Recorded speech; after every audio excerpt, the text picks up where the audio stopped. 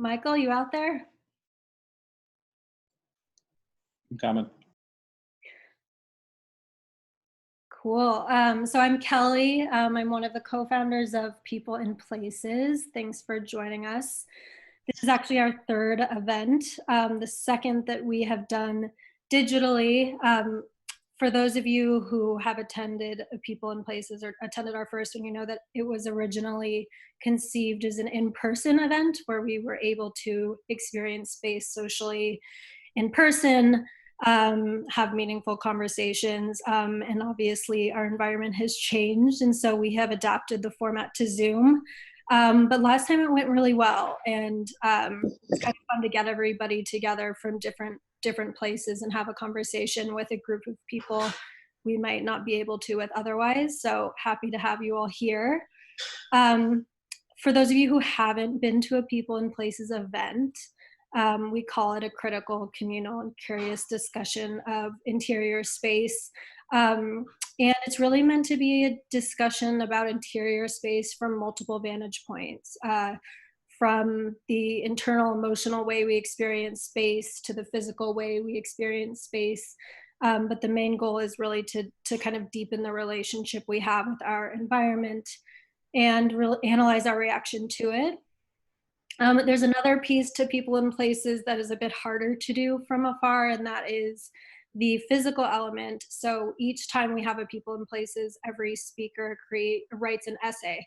And we also do a reading list, and we have project references relevant to the event that we share. Luckily, we're still doing the essays, so everybody who's joining tonight will get a follow-up essays from the speaker and an extended reading list that will allow you to dive a bit deeper into the topic. We also really encourage you to participate by sketching and writing and coming up with questions as people are speaking. There's a Q&A function at the bottom of the screen, so as you think of questions, you can ask them, or at the very end, we will have the Q&A, so you can hold them until then. But feel free to share your thoughts and questions as we go. Lastly, every month we have a new topic. So this one, as you know by now, is on intimacy. We previously had one on called On Being Alone. And so we've kind of explored this idea of scale. So kind of it moving from the individual to relationships and looking at on intimacy, which is our relationship between two people or between people in space. So that kind of brings us to where we are tonight. So we're really diving into the topic of intimacy with people, objects, space, and how we design around these ideas and how we respond to them. So on that note, I'm going to stop talking and hand it off to Michael. He can tell you a little bit about how we ended up at this topic. And then we'll give you a loose schedule, and then we'll dive into our speakers. Mm-hmm. Yeah, hi, I'm Michael. Yeah, so why did we choose on intimacy? Well, I think that people that have been following along kind of know that we had laid out rough ideas for topics about a year in advance. So like 12 topics for over a year of events, and launched 3 months ago. And that was, we had laid out all these topics kind of before we knew we were ever going to be in quarantine or anything like that. And it's been an interesting thing to see, because a lot of our topics have aligned with a lot of things that we're all feeling. And I think a lot of that has to do with how we structured the event to build from this kind of loose idea of creating human-centric design and kind of building up in scale. So we went from a human perspective of interior space to On Being Alone, which was a really relevant topic last month when we were all just starting to be, or maybe a couple of weeks into this collective experience. And then this month on intimacy feels really kind of like right for the moment too. I think like last month when a lot of people were kind of collectively dealing with the idea of solitude, a lot of other people weren't necessarily experiencing that. And a lot of people were dealing with a much different situation, which was kind of framed not by solitude, but by kind of being cloistered together with other people in confined spaces. And so at its core today, like our topic today is about relationships that we form, uh, whether forming or reevaluating the relationships between yourself and other people, yourselves and like the objects you surround yourself with, or yourself and the shell that contains you. And I think a real core to what we're after with this whole series is to kind of dig at like what the power of design can be and its impact on people, which is why we are always harkening back to the focus of human-centric design at different scales as we build up. And so core to that is today understanding the relationship that you can form with design and how design can inform human behavior, and it's kind of a symbiotic relationship. Yeah, so today we're going to hear two different perspectives on the topic. The first from an artist and designer from Brooklyn who has worked over several years and also through multiple phases of her life on cultivating a home, both spatially and socially. And the second is from two designers who work together and own their own studio, who will dig deep into the empathetic connection between objects and materials. So the way this will go is we'll hand it over. Each talk will be 30 minutes. And then at the end, we will open up a Q&A. And that's when we'll invite your participation. So with that, Michael, you want to intro Terri? Yeah. So Terri, let me get, I'm really bad at flipping through slides. This was supposed to be it.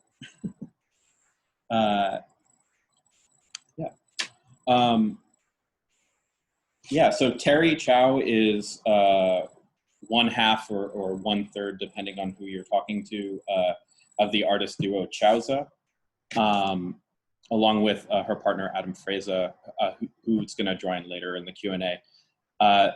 Their work explores play and craft across many disciplines, including sculpture, installations, collages, photography, and public art. Core to their practice is something that Terri is going to discuss today in a lot more detail, which is, I think, creating the idea of agency within the people that their work interacts with. I think the really simple notion that's core to how people need to kind of look at design, which is that if something around you doesn't feel right, you have the ability to change it. And in doing so, I think a designer can form a really close bond with the objects and spaces that they surround themselves with. And that relationship lasts and it grows with you, and it can adapt to a lot of different changes that changes in life and the world around us can like be taken into account. So like that relationship is nimble, like a relationship between two people. So in her talk today, Terri's gonna share a journey of creating a very nimble space in reference to the incredible like apartment that she designed as a case study, and then have been living in for 10 years. She's going to explore different vignettes from the lifespan of their project, A Cabin and a Loft, from the early stage ideas before it was even built to its present state, and how the space and their lives changed over time. Terri, welcome. I'm going to turn my thing off. Hi, everyone. Thank you for having us, Kelly and Michael. We're excited to be here and also to be in dialogue with Jean and Dylan of Ladies and Gentlemen Studio. Thank you for taking time this evening to join us and hear our stories. So I'm Terry. This is Adam. Hi, I'm actually going to pop back in for the Q&A, but the vision for our apartment that we share now really comes from Terri. And when we first met, getting the opportunity to spend time in there, really fell in love with her and everything about her. But the space, I feel so lucky every day to wake up in this space, and I'll let Terri take it away from there. Thanks. Thank you. All right, I'm going to turn my screen off and then share the presentation.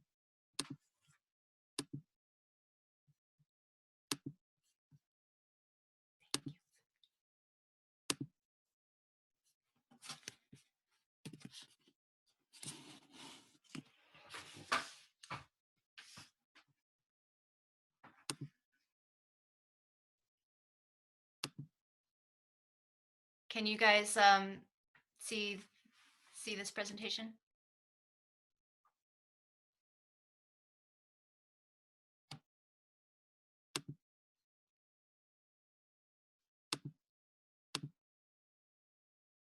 You can see? Okay, great. So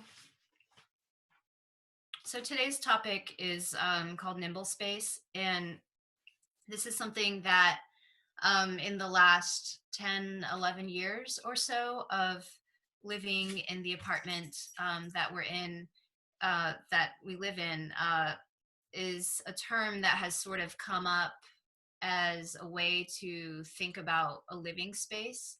And okay, someone can't see the presentation. I'm going to try again. Yeah, we can't see the presentation. Can you see it now? Yep, all good. Okay, great.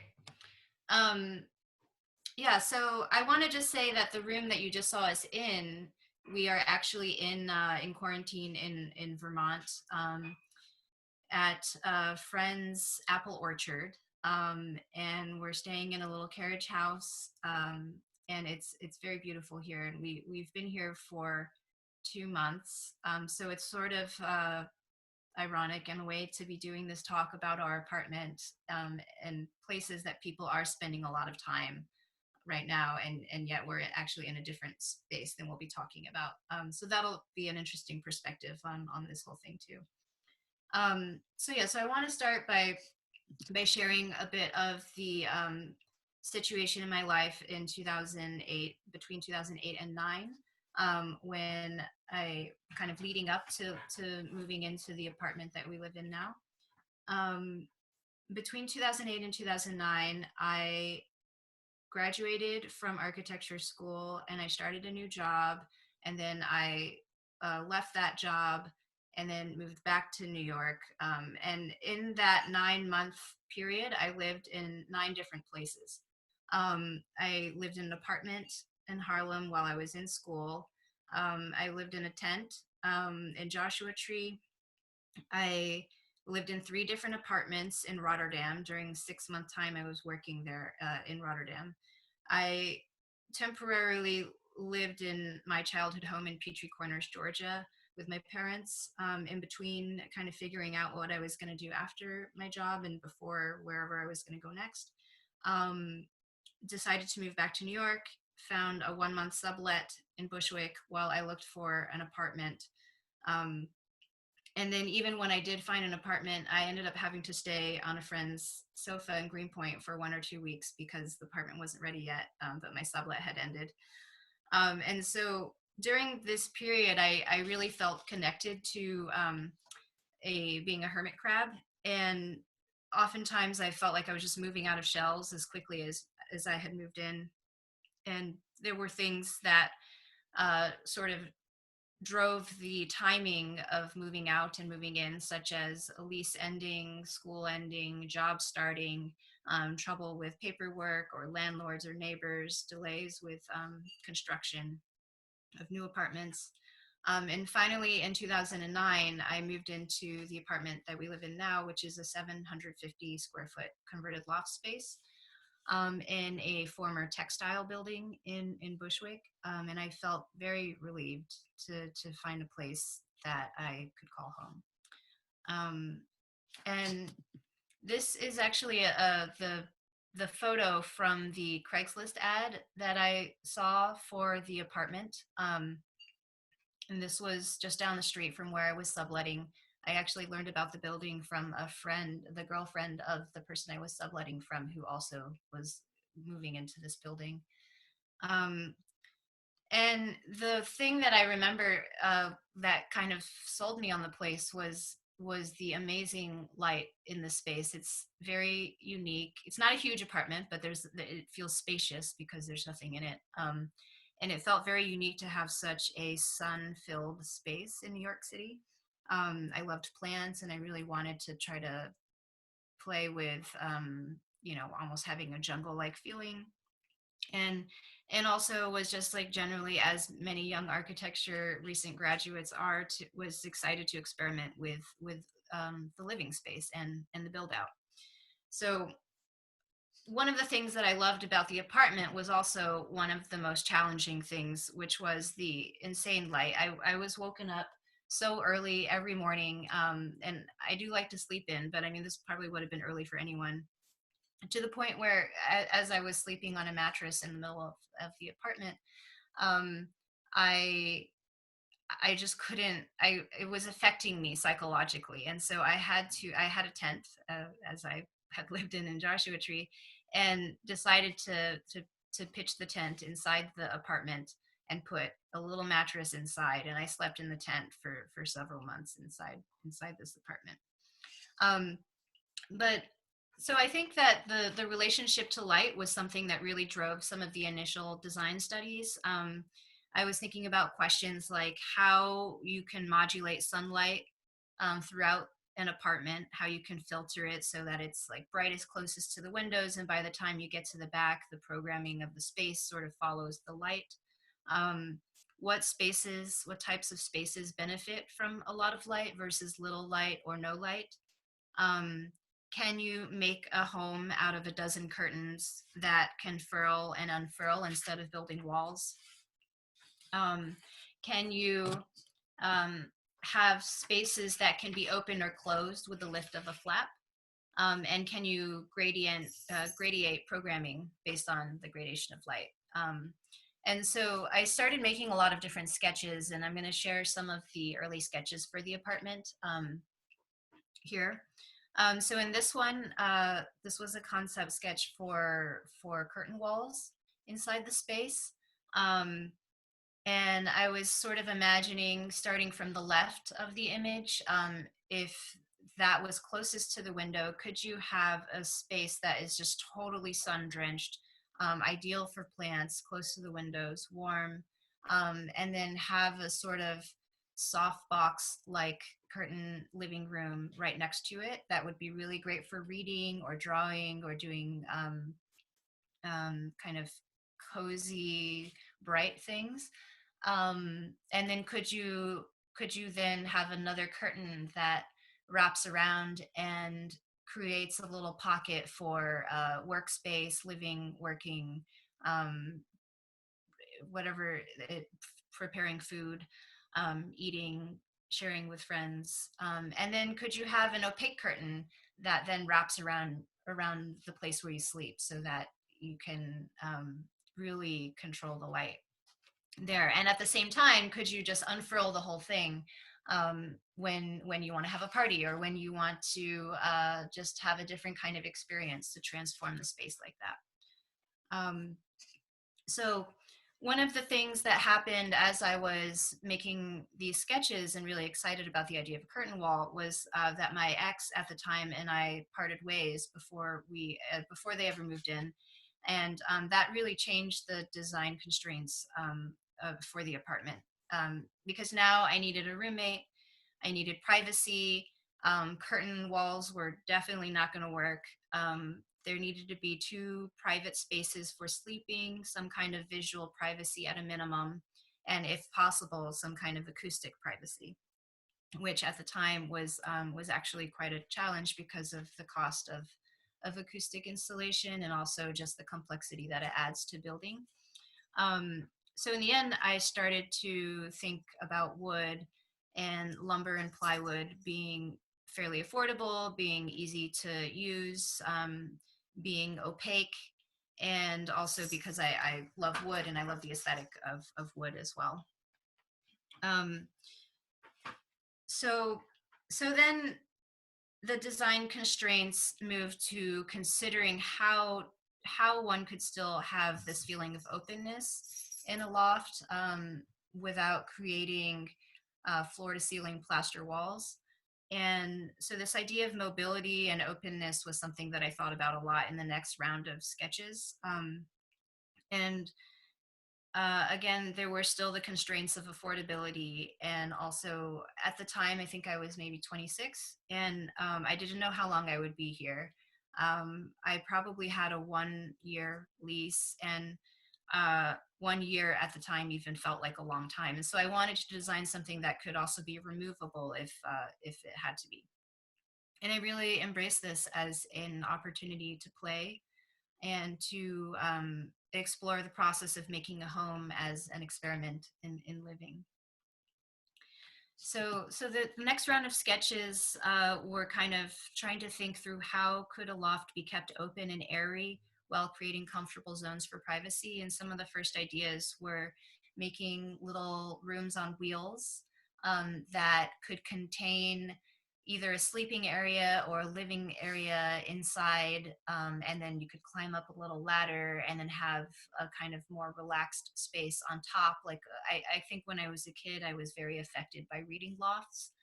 Anytime a library or a classroom had a reading loft, it was just this amazing, one of my favorite places. And so that's something that I feel like sticks with me very deeply. But then, I realized also that the apartment's not that big, and was it realistic that I was actually going to move a room around.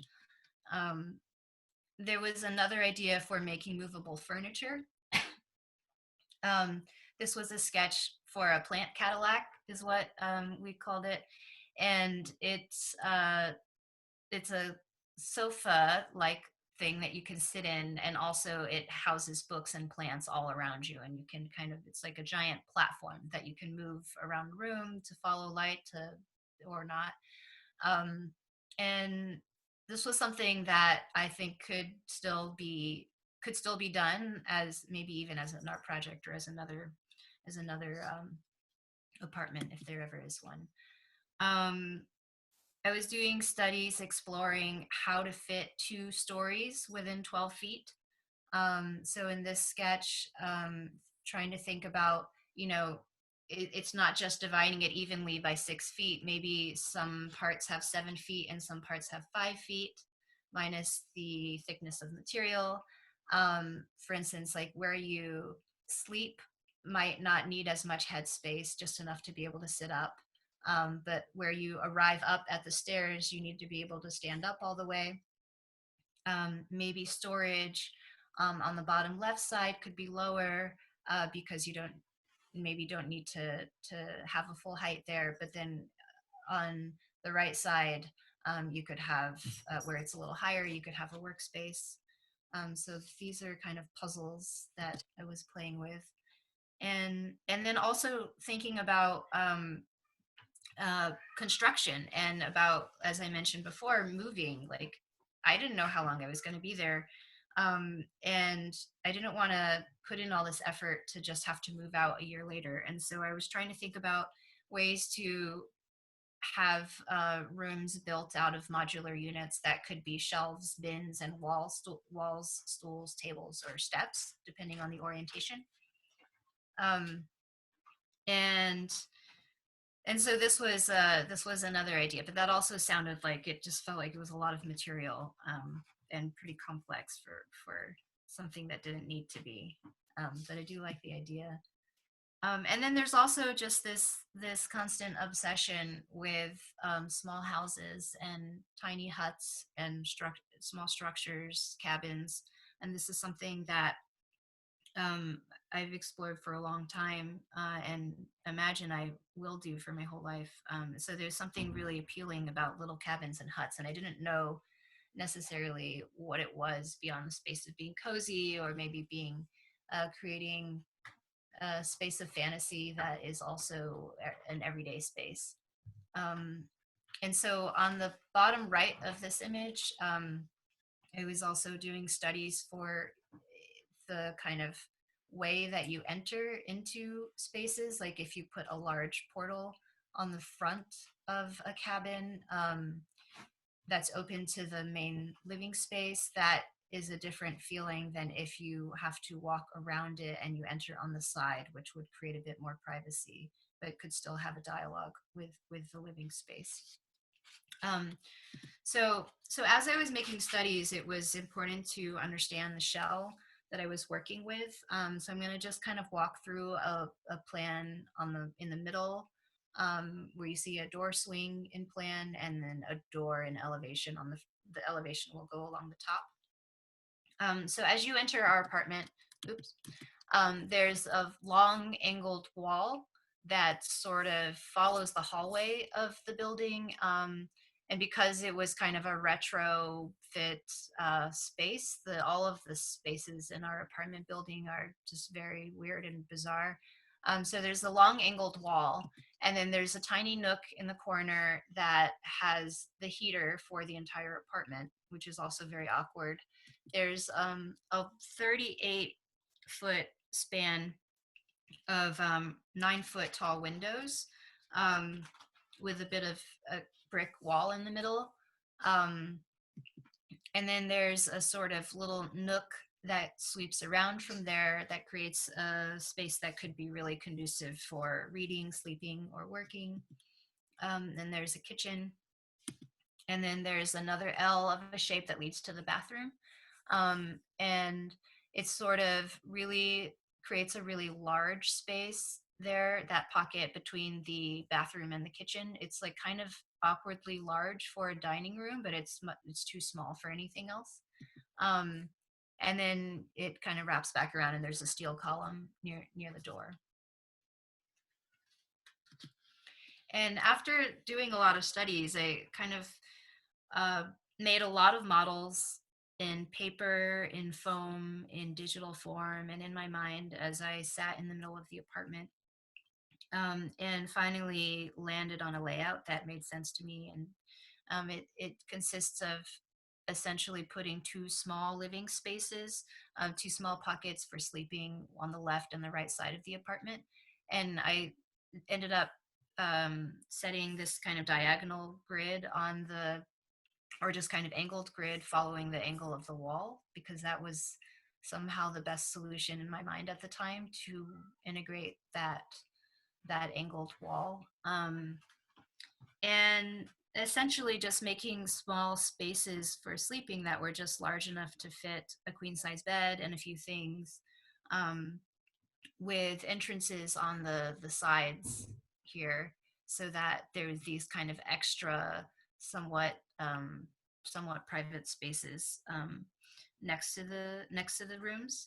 And then that left this open space in the middle to be more flexible.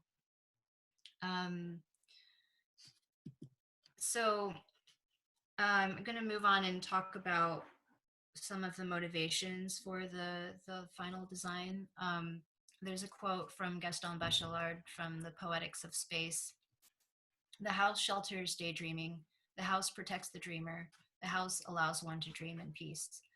And I had a lot of time throughout the designing and building process where I felt very much like a snail, meandering through ideas very slowly, but kind of with the steady drive and confidence that something wonderful was going to happen if I just kept going. I had a lot of time to think about what was important to me about a home, how to grow a home around me from scratch. And what I really wanted was a space that encourages daydreaming, playing, respite, a peaceful oasis that reminded me of nature and the outdoors from a space of comfort and coziness. And so one day when I was sitting in the middle of the empty apartment, I looked over to where I imagined the sleeping area to be, on the left side of the diagonal wall. And I tried to picture a shape that I would be happy to look at every day. And for whatever reason, a house-shaped house is what came to mind. The footprint, it's about 8 by 10, and the footprint is just big enough for a bed, not much else. And there's a pitched roof, which reaches just below the 12-foot ceilings, and it creates this kind of airiness around the structure. Whereas if the walls went all the way up, it would sort of block off the light and the airflow. Inside, the pitched roof makes this kind of lofty, serene feeling, which is very nice for sleeping. And there's also a raised floor, which is inspired by tatami rooms in Taiwan and Japan. Some of my relatives in Taiwan sleep in tatami rooms, and I always found this when visiting them as a kid to be like just very exciting. And the platform also sort of sets the room apart from the rest of the apartment, creates a special space. Upon the platform, less dirt and dust also kind of flows from the space because it doesn't go up the step. I want to kind of go back for a moment and talk about platforms in our practice. And so this is a project from 2013. It's at an artist residency called the School of Making Thinking. This is in the Catskills. I built a wooden platform in a field so that under a willow tree, so that we could sit inside and observe the field from a comfortable spot. And I noticed that at certain hours of the day, the platform would be covered with slugs. And I didn't find this repulsive, but I didn't feel like I could kind of get into this meditative feeling with the fear of slugs crawling on me. And so I read about how to deter slugs, which is essentially that they have soft bellies and they don't like anything prickly. And so there were some fir trees on another side of the field, and we went around and collected fir branches and just lined them around the platform, and it worked. They didn't come back. And so, but I think there's something kind of interesting there in relation to this snail and hermit crab kind of conversation, where the slug and I share this similarity where we love a smooth wooden platform. It's a welcome, open, friendly space for free movement in the middle of a rough, brushy field. It transforms the entire surface into a large piece of furniture. This is a picture of a circular platform that we installed at Kohler Ranch on Treber Farms in Eastern Long Island last year.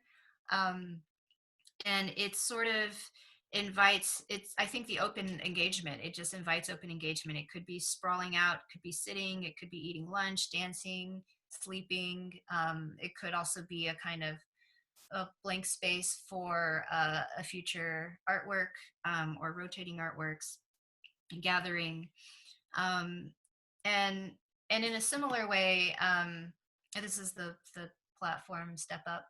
And I think in the beginning, this platform also was meant to house storage underneath it, but I wasn't very good at cabinetry or anything like that, so it ended up not really being used very much, but I still really love the platform aspect of it. It's a place that we can sit on the edge and it becomes a step. And in that respect, large stairs are also, or just kind of awkward stairs or something that are really appealing sometimes. So these steps are about 12 inches deep, and it's 2 feet wide, and it makes there's fewer of them because they're deeper.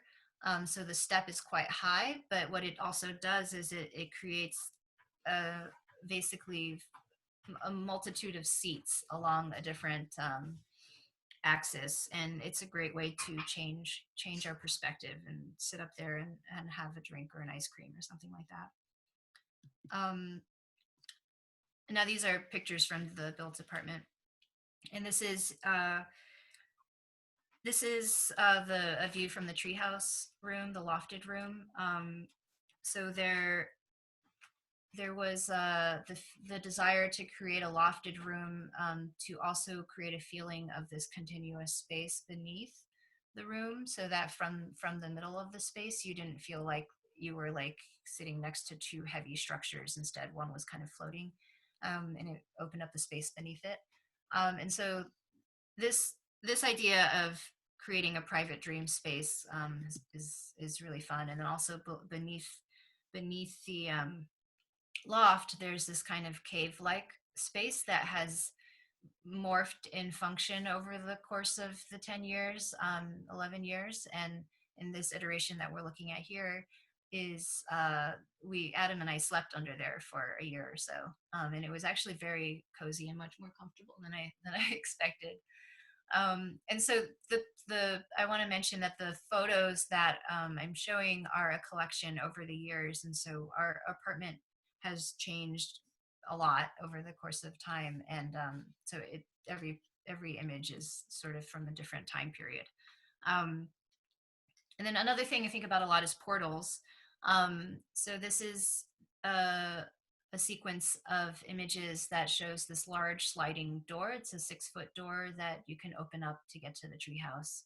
And when you close it, it exposes a window. So you still have the option to have light come in without the door being open, or you can open the whole door, and it creates kind of a large window essentially on the other side of the door. And then there's also this feeling of the interior windows within the structures that create views into the living space, and start to create opportunities to have a different kind of flow of light, of air, of conversation, of play. It seems like I really love when people come over and they utilize the windows by popping out and surprising people, or just turning it into like a food stand or whatever it is. But it's a really great opportunity for engagement. And then as a result of the odd geometry of the space and also of the design, there's all these weird nooks also in our space. And so this is that nook in the top left corner where the heater is.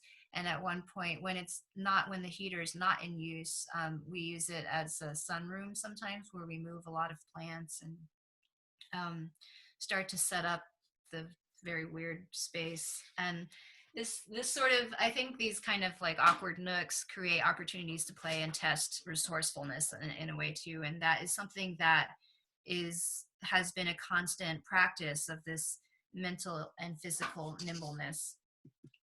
And sometimes things don't work, and then we just keep trying other things. And I think it's like exercising. It's kind of fun to or maybe it's more like practicing a sport, where you get better if you practice more. So this is just a view of the apartment.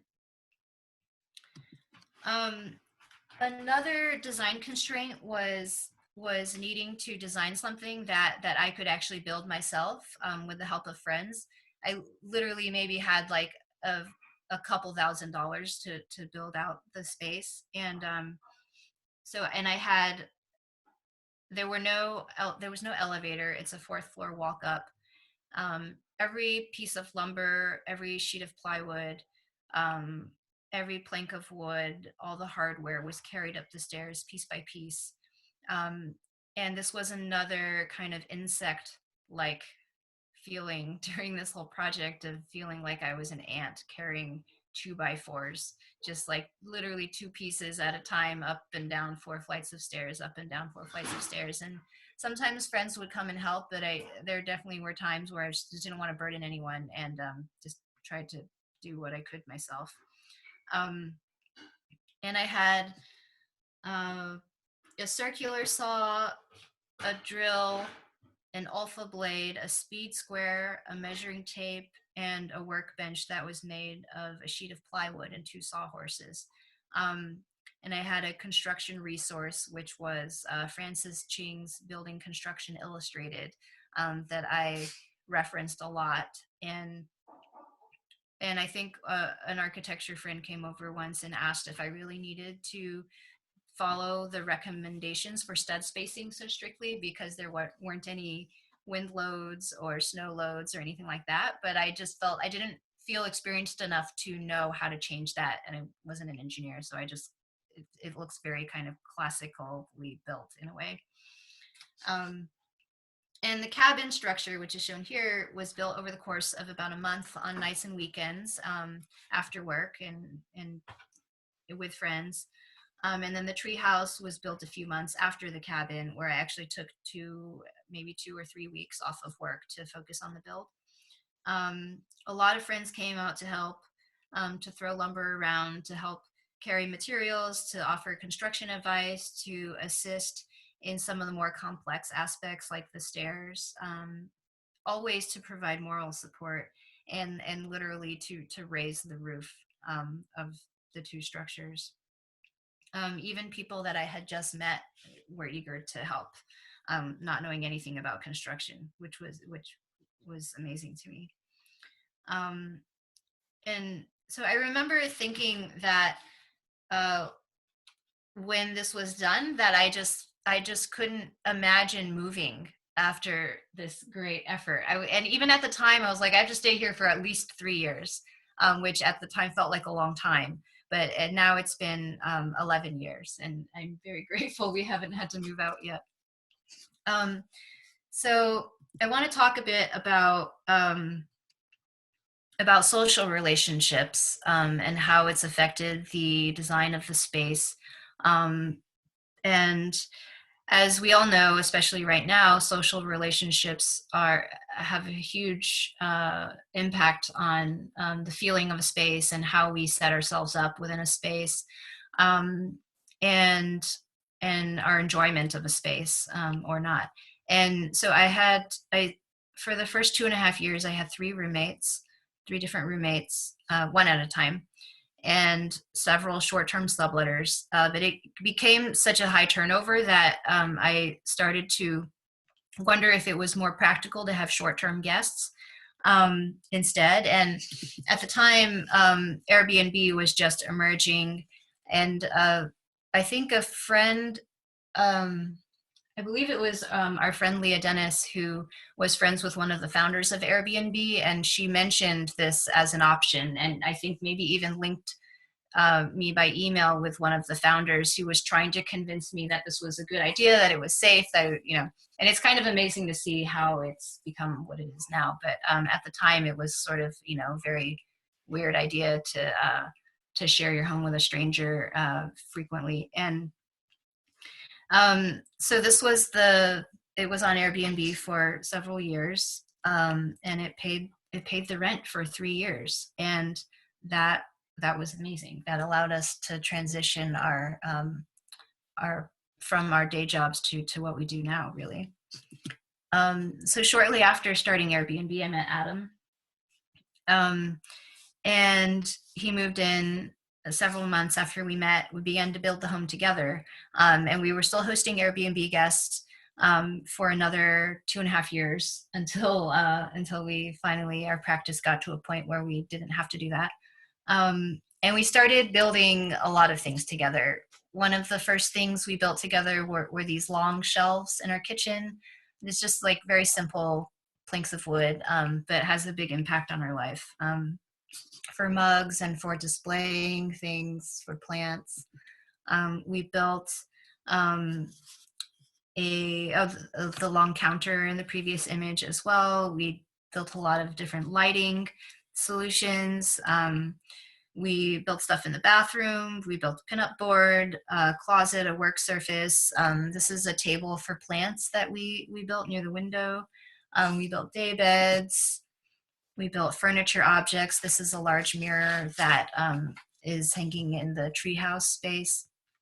And we were also growing an art and design practice together, so the Airbnb income allowed us it gave us time to experiment and play with new ideas. And I think we tried to keep it where at least half the month or so it would be empty, so that it was just enough to cover rent, but we would also have time to have the apartment to ourselves. at times, and this is us making prints with pancakes. And one of the things that was really that was very noticeable about the way we used our space was that the kitchen table was always and continues to be a locus for productivity. It's cooking, it's preparing food, it's making things, it's thinking, it's drawing, it's doing computer work sometimes. It's sketching, gathering, sharing around the space. It's kind of this like open studio, open slate, open notepad. And this seems to be something that's true no matter where we are. And I think one of the things that is also really wonderful about the relationship with Adam and how we use the space is this kind of shared willingness to continually question our environments. If we need more studio space to do something, we don't have enough space at the studio at the time. Like, can we just turn our home into a studio, move all the furniture, cover the floor, and build an installation there? And this is a picture from when we were working on an installation called Paper Islands, which was at Long Island University and in Brooklyn. And Adam said that it felt like living inside of a deli bag for a month and a half. But it was really fun, you know. And I think that's something that I really love about our relationship, is that there's this willingness to test ideas, to move furniture around in the middle of the night, to design new objects for the home, to be resourceful. So that same installation that we built in the space then had to be moved, and we didn't have a place to store it. So then we just set up a new installation inside of our apartment, and it stayed there for a few months. And so even trying to, you know, think through and play through thoughtful solutions that might be temporary is something that I really love. And I love that Adam and I can do that together. So then 2 years ago, there was another shift in the social dynamic of the space, which was our daughter was born. And her arrival inspired us to make our home even more comfortable, more welcoming, and safe. And so we imagined spending a lot of time on the floor, and rather than filling our house with furniture, we decided to just have a couple of big rugs that we really like, and treat the rug almost like furniture. We imagined a lot of long hangouts with family and friends. So we got a long orange sofa. This was the first sofa really that either of us had ever purchased as adults. We imagined, nap time being important, and so we finally installed some curtains, simple curtain tracks to modulate the light. We needed to control the temperature, and so we installed a ceiling fan and industrial air conditioner after years of sweating it out. And when Tove came along, we kind of realized we couldn't just sweat it out anymore. We resealed the brick walls. And we also imagined crawling and exploring and toddling and falling and hitting heads on corners. And actually, when I was a kid, my brother had to get stitches on his head because he hit his head on a corner. And so once Tove came around, we just rounded all of the edges in the apartment. And we designed a new dining table that is this cloud table that has this under table landscape that is kind of a cloudy canyon. And then Tove lives in the treehouse, and we child-proofed the treehouse as much as we could at the time, but it's sort of a continual process. We also imagined listening to music and filling the house with music, and so we built this kind of like hi-fi station for music and plants in front of the cabin. We imagined spending a lot of time reading, so we built a library under the treehouse, and this is something that you know, these shelves were, I think, shelves that have been around for a while, but we just sort of made them fit in the new setup. And so this is something that you know, I think the new rhythm, the new meter of Tove being in our lives is, it's like you now you really have some kind of gauge for how far ahead you have to think, or what you have to do at each stage of her growth. And we wonder what it will be like when she's a big kid, when she's a teenager, when she's an adult. And we also think about ourselves and how our home might change as we grow older. And so I want to end with, so this is Tove in the treehouse. And then this is just to bring it back, the contrast of where it is. This was taken last year, at the end of last year, and where it was in 2009, 10 years before that. It has grown and changed so much. And it's, we think about the idea of accretion, and about allowing ourselves to see our home as the accretion of small and big moves over time, growing with us as like a shell grows with a snail. The design of the home then kind of becomes less precious. It becomes more fluid, and it can be more playful as well. And the exercise of playing and experimenting and being thoughtful about the space around you and the people around you activates us, and it encourages learning and helps us understand what it is that makes us feel at home. And so I'm going to read the last paragraph of the essay just as closing thoughts about the snail versus the hermit crab. A hermit crab finds a house. A snail grows a home. Perhaps this is the difference between a house and a home. A house is rigid, at times predetermined. A home evolves with its inhabitant. This is not to say that one way of life is preferable to the other. Perhaps this is a lens through which to understand where we are, where we have been, where we desire to be, and how we may get there. Space is elastic. Perspectives deepen. Needs shift. Resources change over time. Thoughtfully responding to and anticipating change in our lives is an activity that requires patience, curiosity, imagination, resilience, and agency. The activity of growing a home is not easy, nor is it obvious. It cannot be purchased. It is not immediate. A home is a nimble space, made nimble by the willingness of its inhabitants to embrace change. Thank you.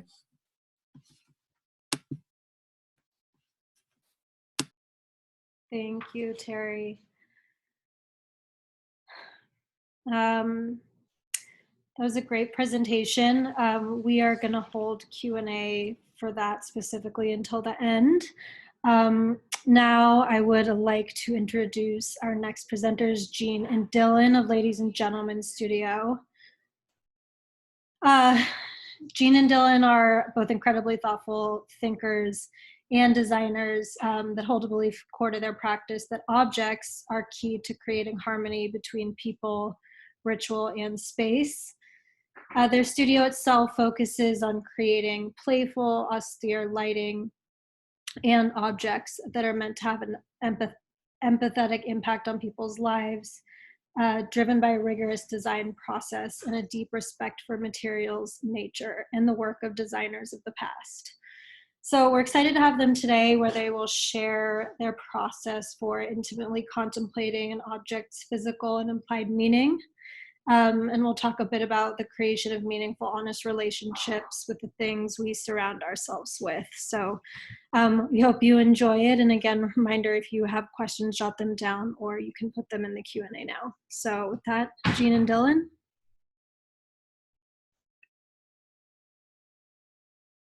Hi. Hi, everybody. Thank you, Kelly, and thanks, Michael, for having us. And also thanks, Terri, for sharing such an insightful, beautiful story. It's really, I always love going to you guys' apartment. It's like, I want to live there. Yeah, so I'm Jean from Ladies and Gentlemen Studio, and this is Dylan. Dylan. Nice to meet you guys. Yeah.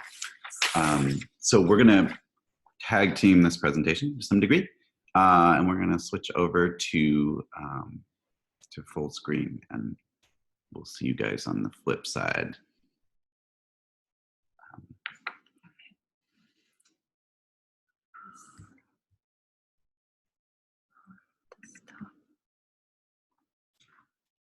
Oh, all right. Okay.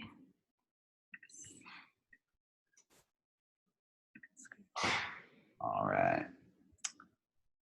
I think we're stuck on your guys' email inbox. Not the presentation. What? Okay, hold on. Don't read those. No. Okay. How about now? Are you guys able to still see it? Can you see a PDF? No, we still just see your blank screen now. Okay. Wait, Let me try stop. it again. Oh, Sorry. maybe this you're is sharing. our first time doing this. Are But you sharing the window instead of the screen? so I share and then Oh, wait. no, I have Okay. to share desktop. Yeah. There we go. All right. All right. Do. Oh, yeah. Go to the PDF. Yeah. And then do full screen. Zoom. Technology. All right. Can you guys see now? Yep, all good. Okay, great. Yay. Cool. Well, yeah, thank you, Kelly, for the introduction. I think a lot of designers have a hard time defining what they do, and we would probably fit into that same category. And I think what kind of encapsulates everything is the fact that we're consider ourselves as design explorers. And so really our goal is to be expansive about the notion of what design can be and should be. And a lot of times that manifests in created objects, but it also manifests in a lot of other ways as well. So I want to try and kind of speak to that from the root of why and how we explore, which is really from a viewpoint that that there's a little bit more to the idea of materialism than maybe sort of popular culture puts on, how one might value materials over other things. So what we really believe in is the idea that objects are really exist as a mediary between an intention and an action. So they have this sort of really interesting place in the idea. I'll switch these. Okay, really have this interesting place in our lives because they allow us to do the things that we set out to do. And so when we think about an object and what it really means, there's this intersection between a purpose and an emotion. And that's where we really see that there's actually is a lot of intimacy between us and the things we choose to surround ourselves with. So as we're creating, our core mission is really to connect people to wonderment and honesty in the material world so that they can achieve harmony between their intentions and actions. And there's this really lovely quote from William Morris here: "Have nothing in your house you do not know to be useful or believe to be beautiful." And I think that really speaks to this nexus of an object of value having a lot of utility to our lives, but also speaks to an emotive side to how we relate to that object and what an important role it plays beyond it just serving a purpose. Let's see. Okay, so with that comes a lot of thoughtfulness on our side before we end up really making anything, making being in quotes. And a lot of times what most products that we make or most things that we do start with a point of contemplation. And which seems very timely right now because we've all are put in this situation where we're doing a lot of contemplating. And we have been spending a lot of time at the beach lately.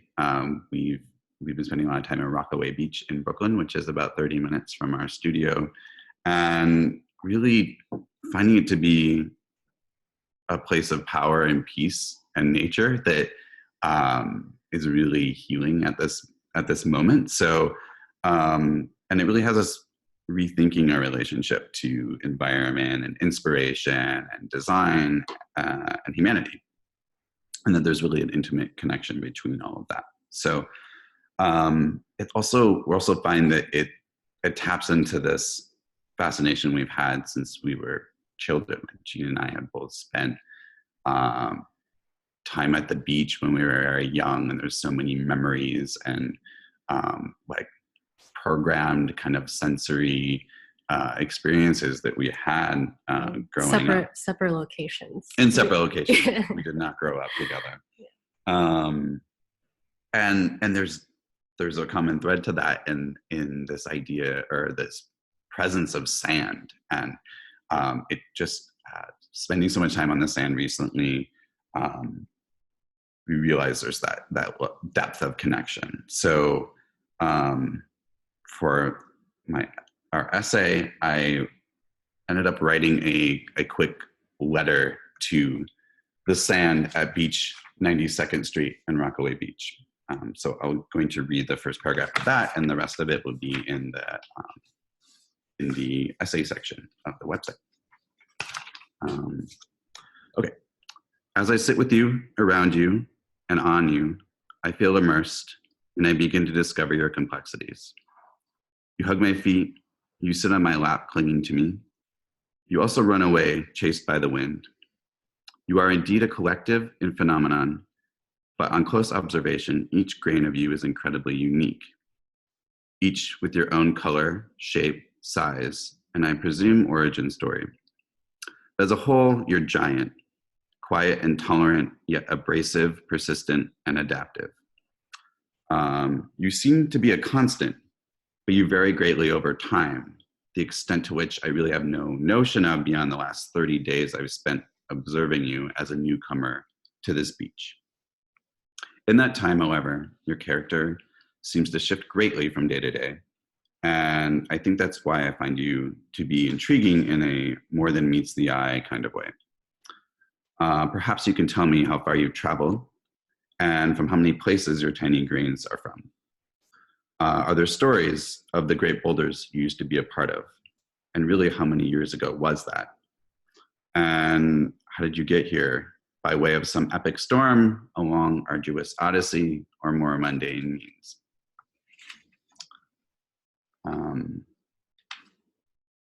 Yeah, and this is actually, I think, the first time I've ever written to an inanimate object, but it really sort of encapsulates a line of thinking that we find ourselves in. Like, here's something that is very essential or very elemental, yet really kind of magical in its own way, and really made us realize that we do have these types of dialogues with materials every day, including sand. Okay.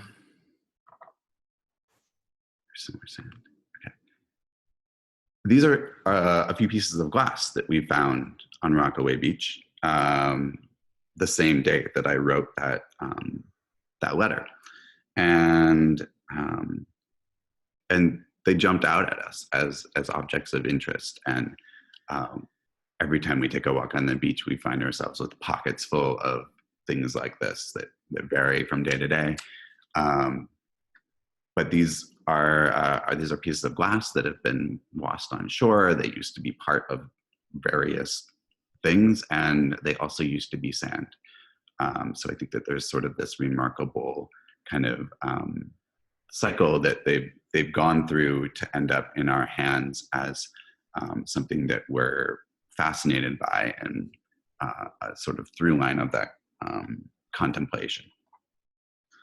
And really, as Yeah, and really as explorers, we find ourselves attracted to certain things, be it their look or feel or story, and in ways that we don't quite know at first. And we are fascinated by sand as children playing on the beach, and as designers, we found ourselves fascinated by glass as a object of material beauty, and come to find out that these things are the same thing, just in different forms. And so I think that there's a really interesting sort of attraction that that connects through to a deeper spirit. And so I think that as we put our designer hats on from that, we have to really ask ourselves what about this glass drew us in, and come at that from a point of curiosity and wonderment, to really find out, what about this compels us. And I think that with glass, there's really this depth of character, that there's a lot there to be explored. And it's one of the reasons that it's glass specifically, as an example, is something that we've been fascinated by for quite some time.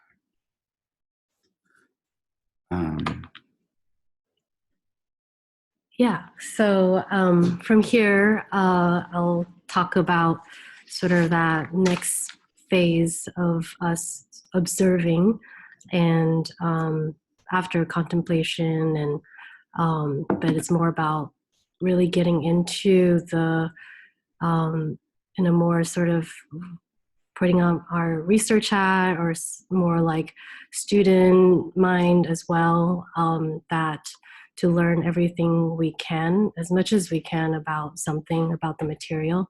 And I think there was some quite profound, is that, as we recently being on the beach and looking at these glass, but glass is made from sand, and all of a sudden to see these broken little pieces of glass, it's almost like, is it going back home? Or that there are these separate but together similar sort of parts of each other, but then in a different form. And there was just something really beautiful and very just lovely about that sort of connection. And I think it made us realize, wow, this one material could be so, there's just so much to it that we still are learning about. And even spending probably already 8 years just playing, glass is one of them, but we also play with wood and metal and things like that. So we kind of we have this similar approach to all the different kinds of material, but glass itself has a different sort of magic to it. Yeah. So, and I think how we typically, once we find a material that we really love, and we find or discover, we'll bring into our studio and share that, or just have it on our shelf or in our space, and sort of let it resonate, and just look at it and sort of ponder with it, and not necessarily have an immediate plan on what we're going to do with it. And I really enjoy that process, and giving the space to also continue the dialogue, that as we sort of let the object, we relocate these little objects into our studio. So it's almost like getting reacquainted with each other, as if you're living with each other, with like a new couple living with each other and trying to understand each other. So I'm gonna just show a little video of sort of our shelf that we really value. It's a shelving system from Bitsu that's become one of our object sanctuary, and a place that is a three-dimensional inspirational board for us to hold a lot of these materials that we've found or experiment with and things like that. Oh no. Uh-oh.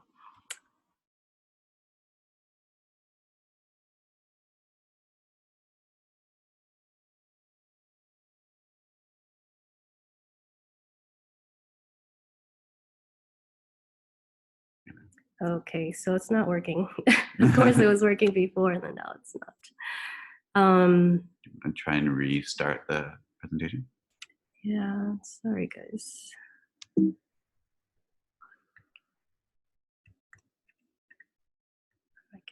Oh, stop share.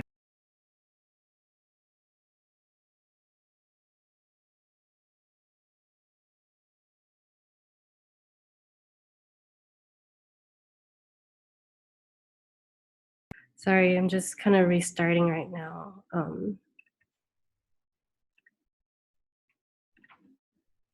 I think you have to share the screen. Did you share the screen? But I don't have to. Okay. All right. So.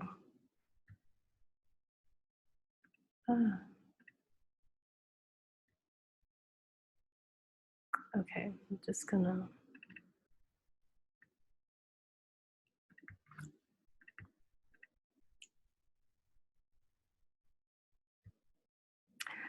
Give me a second.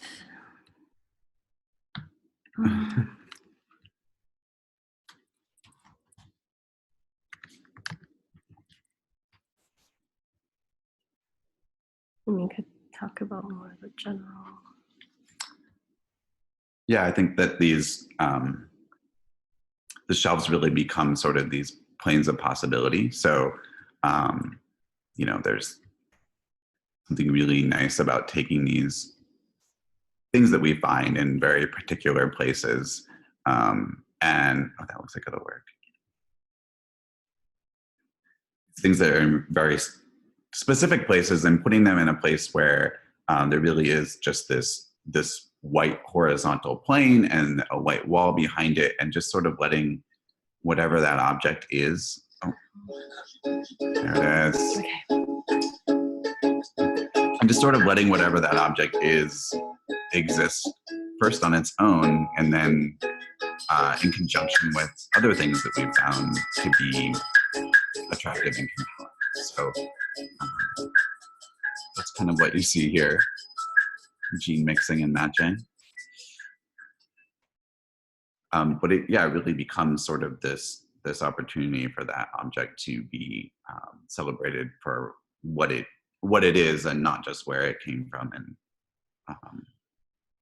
was. Yeah, and then from there, we usually start with little fragments and start to kind of look at it from like a purely on its own, and slowly sort of mix and match and build upon, and mixing, you know, actually art glass or architectural glass, and just start to mainly look at the texture and the shapes and create these really fluid compositions. And that's sort of how we, which is pretty much like our process of discovery and exploration. And it's about really looking at each material by itself, but also in composition, in combination of each other, to start to see the relationship and what kind of brings the magic out of each of them together. And then as we, and there's something about glass that's also really fun and magical, is once you bring in the element of light, and it creates shadow, and it kind of almost has this metaphysical sort of presence that it's projecting, you know, a different form and color, and texture even. And so from, you know, you can see the sort of the progression, and really just us like spinning and turning or repositioning and things like that. So, yeah. Yeah, and at that point, it really becomes a collaboration and like a sort of a duet between us and the material. And in that, like, we sort of reveal these ideal pairings where there's like a moment of wonderment, a possibility for something to be functional and meaningful to someone. And it kind of becomes this evolutionary process of discovery that isn't really planned, but it happens by way of this sort of rigorous process.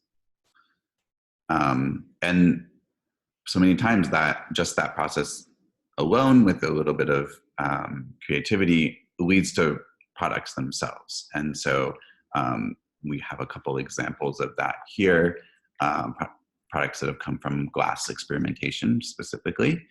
And here's a series called Casimir, where we use these textured architectural glasses together in concert to create these moments where the textures and the light and the color and qualities of the glass overlap in these really magical ways, and also interact with the environment in magical ways as a this happened from us playing with samples of glass we had around the studio.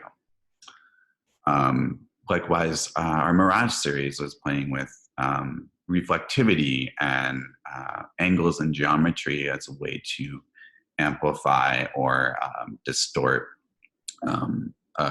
reality to make a sort of heighten the display value of objects. And then there's also the possibility of manipulating the material, and this is where the notion of craft comes into play and collaboration. So we've done collaborative work with glass artists and fabricators in ways that sort of like take that craft hand and further transform the material. And all that ends up in really beautiful products, but it kind of circles back around to this notion of constantly improving and reflecting upon what we're exploring and understanding it more deeply over time. And this is how we end up writing letters to beaches and really trying to understand, you know, if we're going to be working with glass, then we should really understand sand and understand where it comes from. And there's this beautiful quote from Ikuchi that I'll let you read as we play this. This is the video. Yeah. Yeah, so it's a video that it's created for a project that we did with Muji in May of 2018, and we did this promotional video that was all about celebrating the materiality of what they use to create their objects. And so we so this is like 1.5 minutes long, and yeah, so I hope you enjoy it. And yeah, it's a very calming video. Dope. Oh, there it is. Yeah.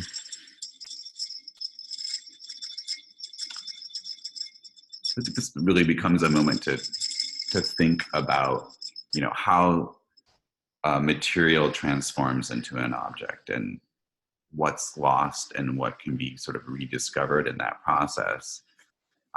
So for this project, we took Muji products and juxtaposed them next to beautiful moments of origin materials or parts of the process that really sort of bring out the magic in something that is really an everyday product. Yeah. So we categorize the different types of objects they have, which is paper, glass, ceramic versus wood and metal. And each of them, it's about speaking the spirit of its materiality. This is plastic, which also is beautiful in itself when it's water and wood.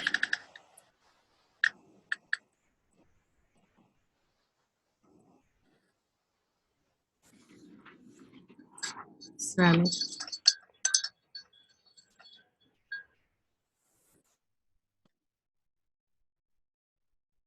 Yep. Okay. Yeah. And yeah, and this kind of goes to show that things don't always have to become a product in the end, but that we can still sort of share these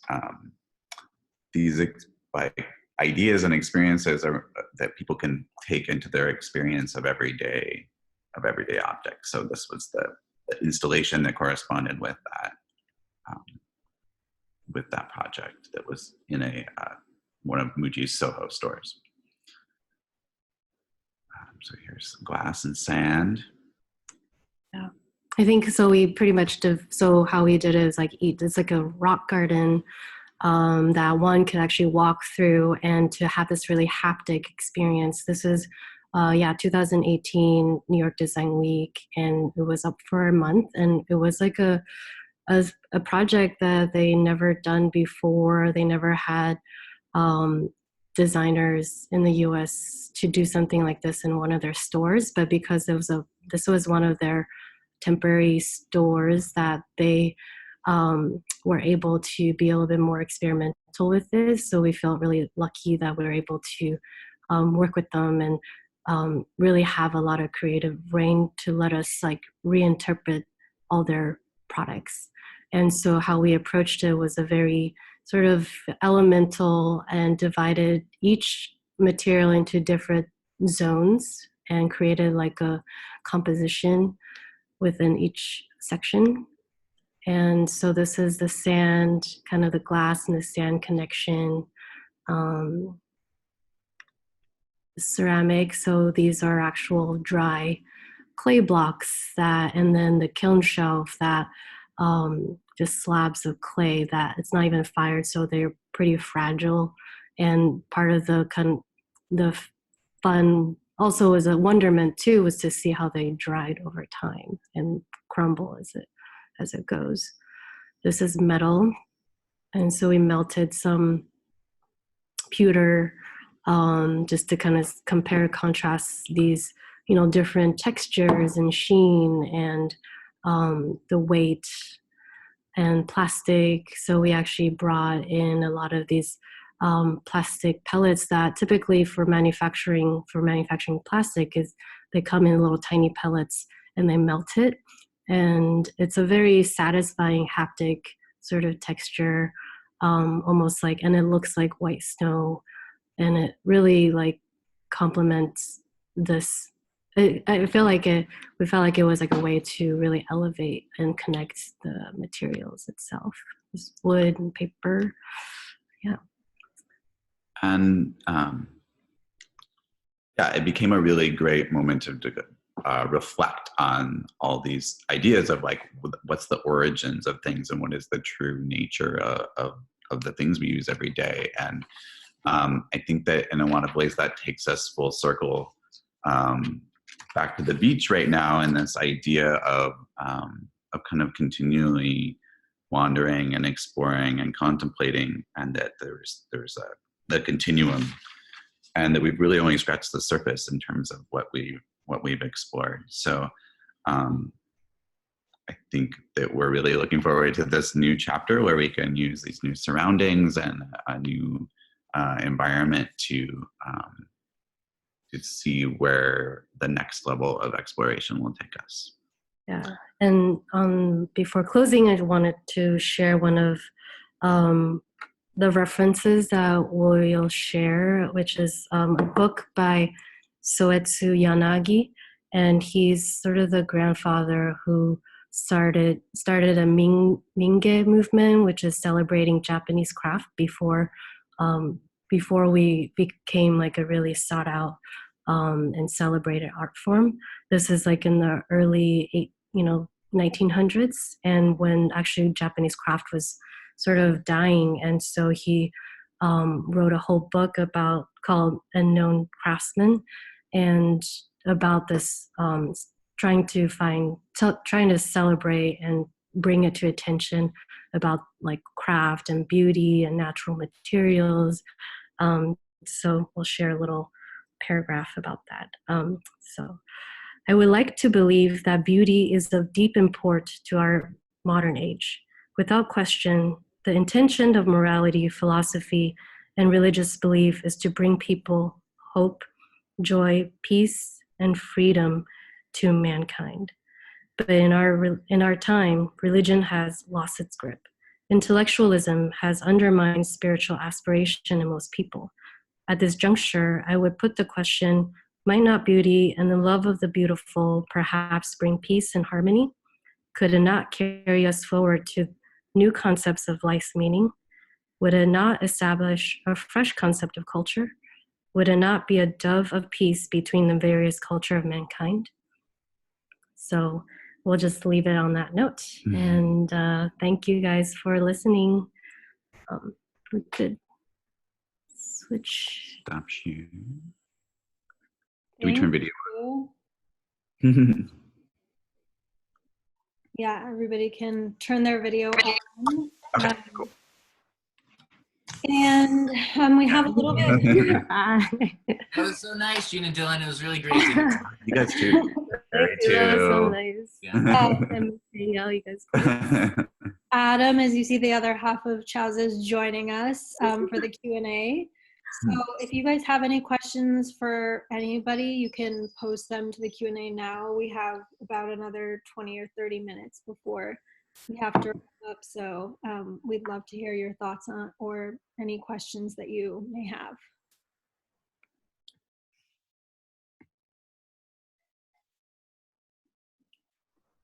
I'll fill the space with, I loved your letter to Sand. It was That really, really Our lovely. buddy, our new buddy.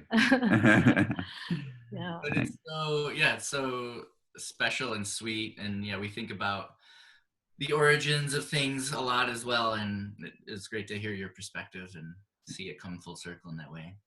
Yeah, I think it's like the more we think about it, it made us realize the more we don't know about a lot of these things, and they're just still Which so is much. okay, right? It's I think that's part of learning, that's- discovery, and experimenting is recognizing like, I actually don't know that much about this. Yeah. Exactly. And I think that's exciting because it's almost like we're relearning everything again. And then, in a new way, a new perspective. And I think part of our process with that too is like by asking these questions, posing certain questions to these materials or objects, like, where did you come from? Or as if it's like having like a little, conversation or like a date or something, like an interview. What's your background? Like those kind of thing with any object that I think it's giving the space to respect that object and kind of also, I really love like Japanese Shintoism, the philosophy behind that everything has its own spirit. Even rocks, inanimate objects, and trees, they all have spirits. And but it's about how to connect with it and speak with it or learn from it. And yeah. I think that there's, I can start off with a question. Okay. Yeah, I think there's been a running theme through through all of the events that we've done so far is that every presenter, I think without fault, has like compared their own work or their approach to design to either elemental nature or elemental like design. They've like paired those two things together. Whether from snails to hermit crabs to worms to sand to, I think it's a really interesting thing that kind of without kind of consulting each other, everybody's kind of tied things back to this kind of like elemental root nature.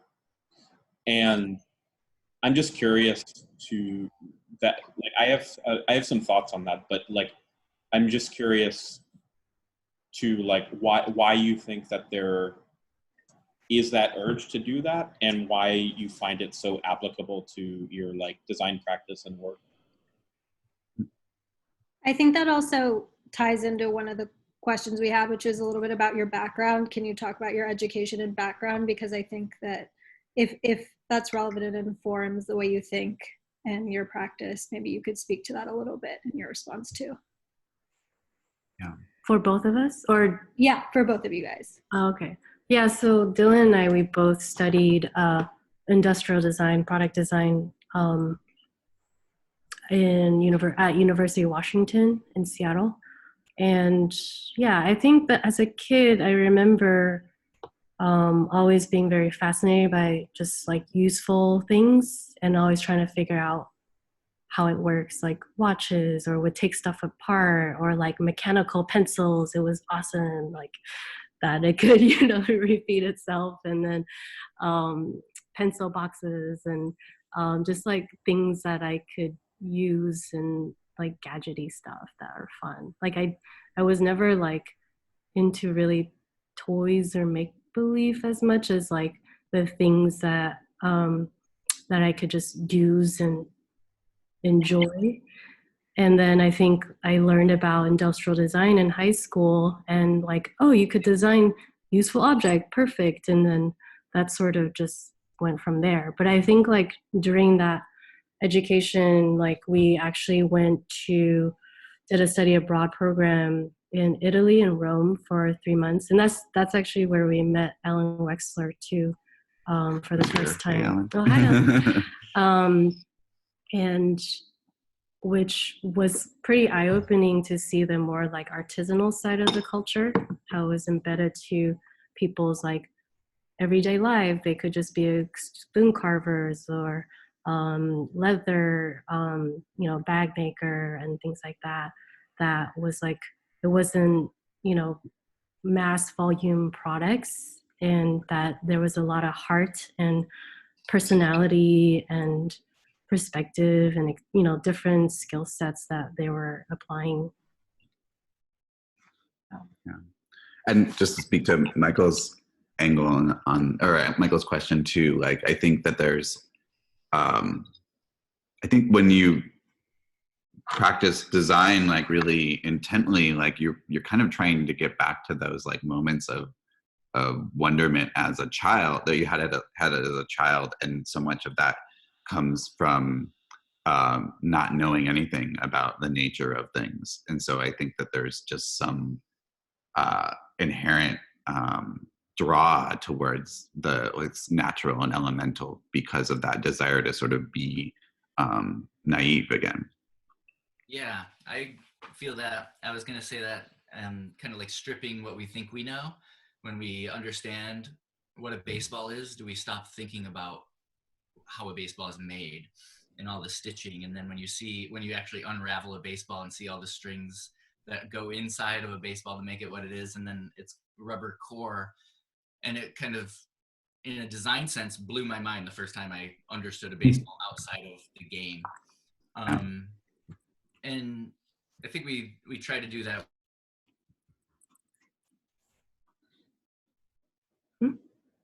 Uh-oh. Did you guys froze? Pause. Oh, Uh-oh. frozen. Uh-oh. Frozen. Sorry. Okay, you're back. Oh, Were we off? you froze, yeah, Froze for a second. at the crucial moment. What did you hear last? Baseball hardware store. Hardware. Yeah. Just kind of seeing those objects as they are, as a form, as something to play with and experiment with. And sometimes we'll leave with a handful of things we don't know what their actual function is. Mm-hmm. Kind of translate it into a new function. Yeah. Like before we started our studio, we would actively, like our hobby before all this was like going to vintage like thrift stores and estate sales and garage sales, and just like rummage old stuff, because sometimes we just love finding stuff like, what is it, where did it come from, this is cool, like Yeah. And just started like, it was a sort of like a initial inspirational process of just like finding stuff that could be inspiring. Yeah. Yeah. I think something that Michael, to speak to Michael's question about the connection to people, and elemental, I feel like so much of our experience in the world, when we kind of first enter the world and start to emerge and have consciousness, and like, I mean, talking about like being a kid, I feel like sometimes sometimes there's this feeling that there's a separation between who you were as a child and who you are as an adult and who you are as an old person, but actually, you know, it's all that you're all the same person. Yeah, So exactly. all those thoughts are there, and that way of looking and wondering and exploring and seeing is still there. It's just maybe sometimes it's suppressed more than others. And so I feel like in a way maybe we're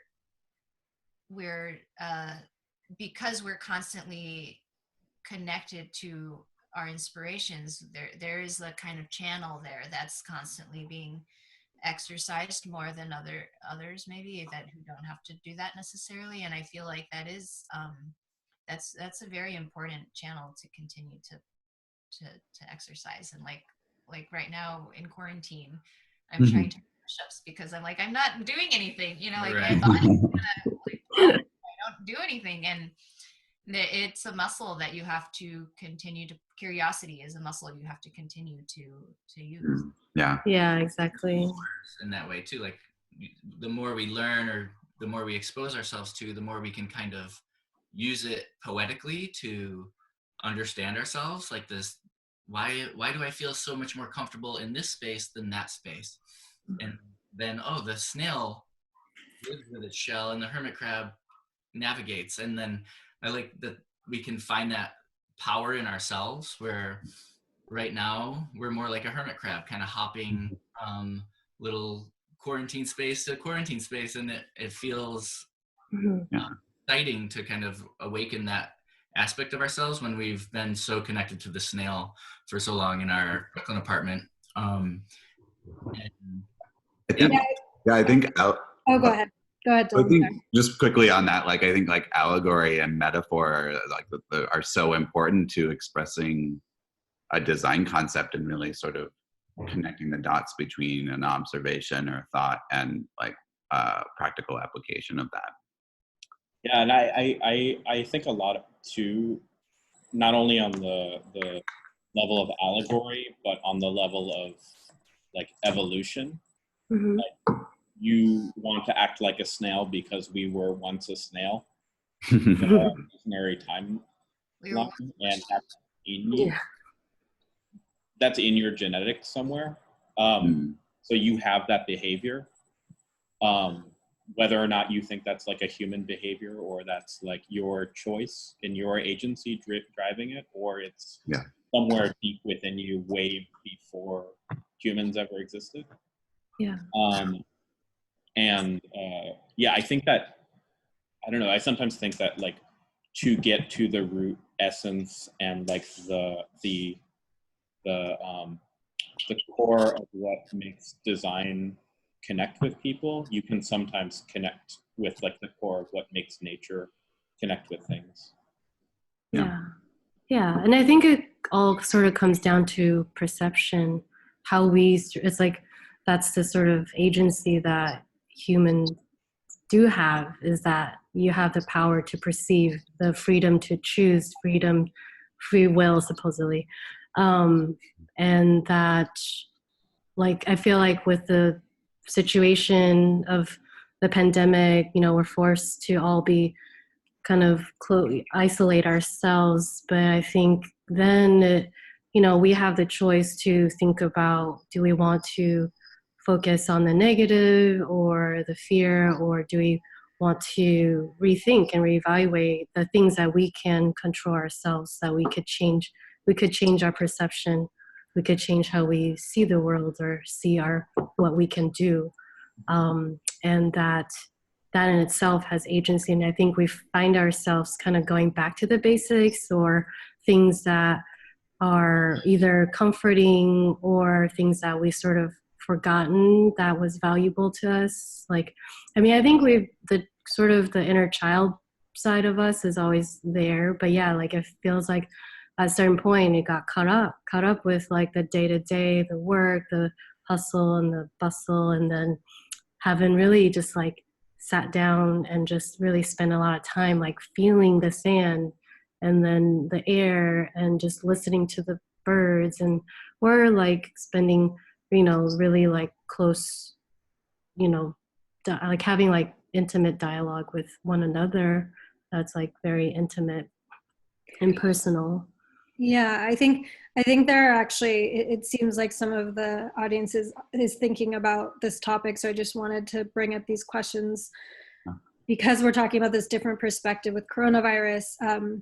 One is, how do you think people's idea of space will change after coronavirus? Will we be more aware, afraid? Will we want to be closer? Similar question, just asking how everyone felt about isolation and its impact on our senses in a time of sensorial impoverishment. How can we start to reintroduce sense stimulation in our everyday objects and spaces? So a little bit about how can we do that, and then also, do we think space will change from here on out?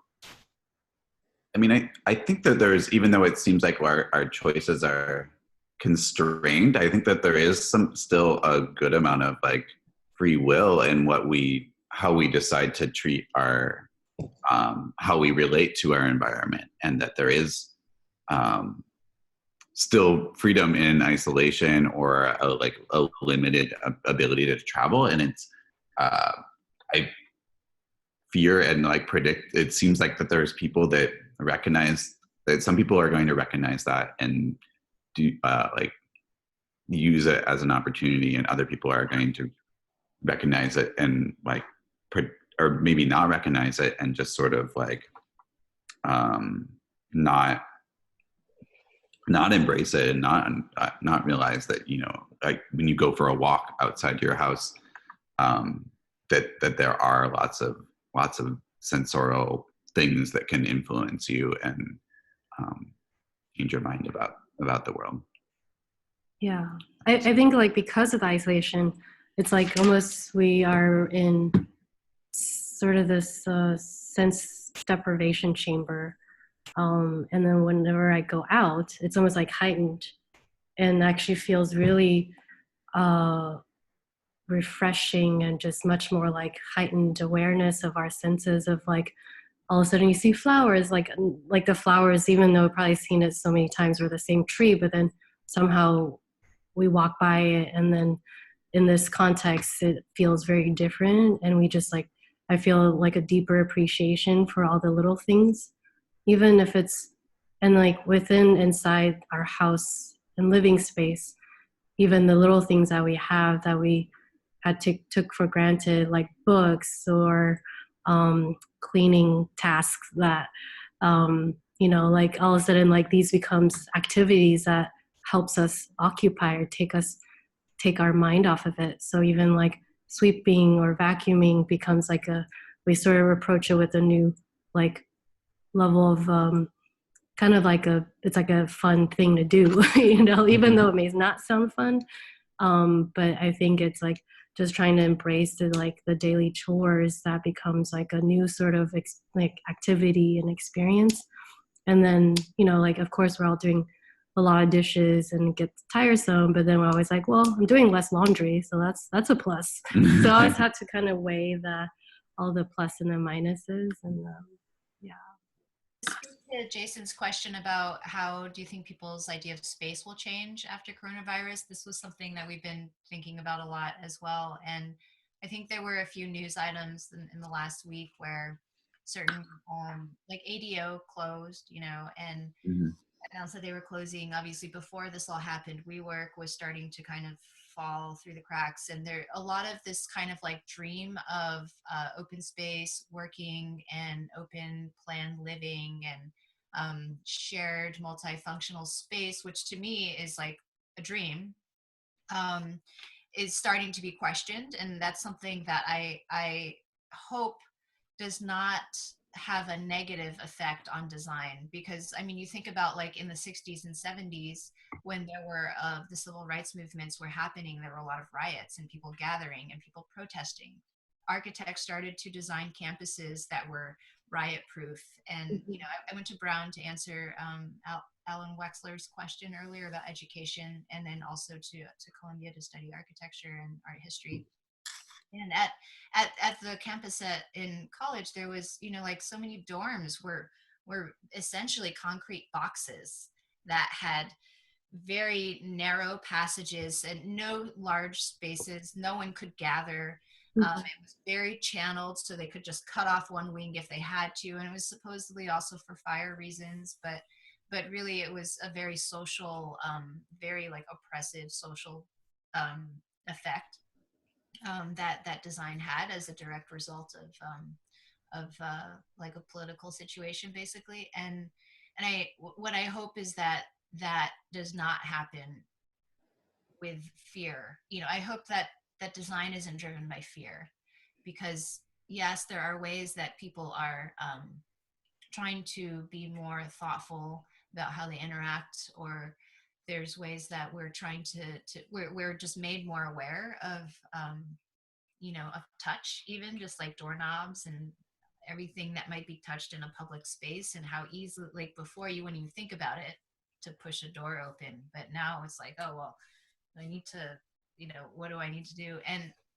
But what I think is positive that's coming from it is that it's very humbling to accept, to realize and accept that we as humans are not the dominant force on Earth, and that there are things that can remind us to keep ourselves in check, you know, to kind of reconsider a bigger picture, and consider, I hope, more systemic change that affects how we interact with our environment, whether it's Mother Nature or architecture or objects, or people, and just kind of not trying to put preference to economic benefit for a few, you know, and to really consider how design is something that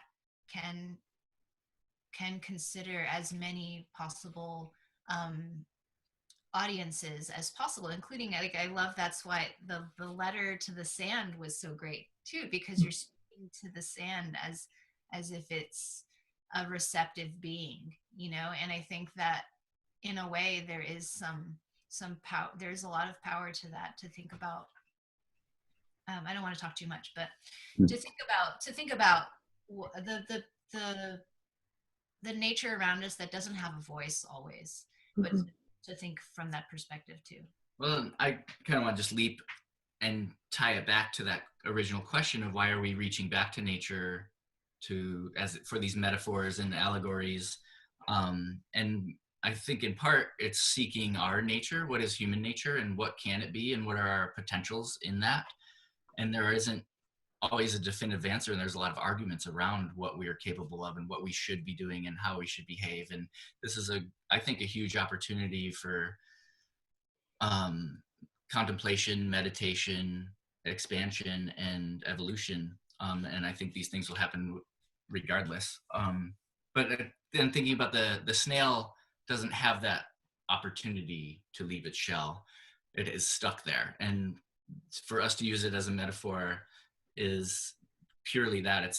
We do have the ability to kind of maneuver ourselves and change our situation. And I think that's a lot of what Terri's talk, I think, is inspired by, is recognizing your surroundings and seeing your fridge and say, I could take everything out of my fridge and clean it right now. I could take apart my fridge and clean every part of it and discover something. And maybe that's like the teapot, whenever I notice the teapot on the stove and it's like covered in oil splatter from cooking something else, it's like, oh, it's time to clean the teapot. And during that process, meditation happens and thoughts can wander. But then you think of the stories of like rubbing the lantern and a genie comes out and you're suddenly granted 3 wishes. I think there's magic to be found in our everyday surroundings. And if we spend some time sitting with that and thinking about it, we might find answers that make our lives a lot better. Yeah, I think that there's a lot of power and wisdom in any kind of designer taking taking the situation that they find themselves in at any moment and understanding the agency they have within it. So like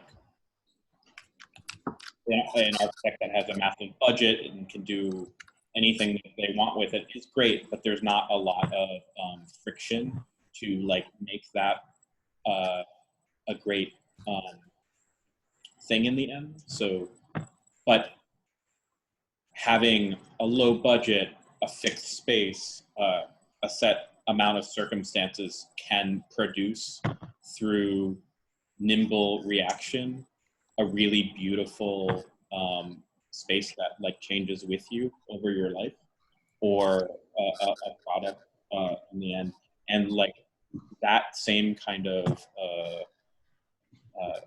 feedback exchange that you learn to do through design is also a really great way of approaching when the belt tightens, when the situation changes and things are more scarce, or the environment really shifts. So like, okay, yeah, you're stuck at home now, but you still have a degree of agency within that, and you can change certain things. Maybe it's a lot less than you used to be able to do, but you have a lot of power in that to enact change within your life. Yeah, and I think that it's true as a designer or as anybody really. It's something we easily forget. I think as residents of our own homes, even. And so I think both of you guys hit on that in different ways. I think this is kind of a fun question. I didn't want it to get forgotten. If you were to, this is mainly for Terri and Adam, but anyone can comment. If you were to create a new space in either the same context or totally new, where might you start, or what would you look for? We think about that a lot, actually, because we have been kind of entertaining a dream of trying to build something, an outdoor studio upstate or something like that somewhere. And I think for me, I feel like it would start with really spending time observing the space and noticing how the light changes, how you feel, what comes to mind when you think of what you really want there. What are the things that are essential that you need, and what don't you need, and also how can you get there through a series of steps that might make sense. For instance, I mean, for me personally, like if we had some property, or even when we don't have property, honestly, we often start by building a platform. And I think it's sort of this like, in a way, it's a tabula rasa where you're kind of clearing the field, but you're not clearing the field. You're just sort of like creating a space that's somewhat comfortable and yet still blank, as a space for thinking and daydreaming. And I think that's probably where I would start. Yeah, and with that, it's hard to say, because what are you looking for? Often we're responding to what's there. So it's hard to know where to look. It's just kind of where we are. And then if we're lucky enough to be in a situation where we can fantasize and visit a property, the air flow and like how wind kind of circulates through the space, it kind of surprises us. When you look online at photos of anything, you don't feel the air around the thing. And visiting, you're seeing pictures of other people traveling, you don't really taste it, you don't smell it. And I think that's something that would be required to activate the creative process for us, is like responding to what it is, wherever it is. Yeah. Thanks. One other question in the Q&A posed to everybody: is there one or several projects where upon retrospect you see is a turning point in your practice? Or I guess it could be a turning point in the way you think in your practice, anything. The Pancake Prince, maybe. I was gonna say meeting each other. singing a song together at karaoke our lives, because that was the first domino that led to all the others that we keep setting back up and pushing over again. So we were both pursuing creative paths before we met, and then those two paths coming together feel like they have so much more momentum and power and echo than I could have imagined on my own. Yeah, I think one of the projects that, like, if you're talking about a specific project, the pancake prints, which there was an image of in the slides, was something that we were, you know, kind of directly emerged out of literally intimacy, like, you know, the next morning kind of thing. Like, we made pancakes. And, just observing the textures of pancakes, and I think at the time I was trying to be gluten-free, and they were gluten-free pancakes, and just like kind of especially textured. And so we had this idea to just try making monoprints with them. And it wasn't meant to be art, you know, it's not meant to be anything except just sort of playing and doing something almost a little bit irreverent, like, we're gonna roll oil-based ink. These are no longer edible. Pancake on food. We felt really guilty. Which, you know, now is like, oh, food is so valuable. Right. But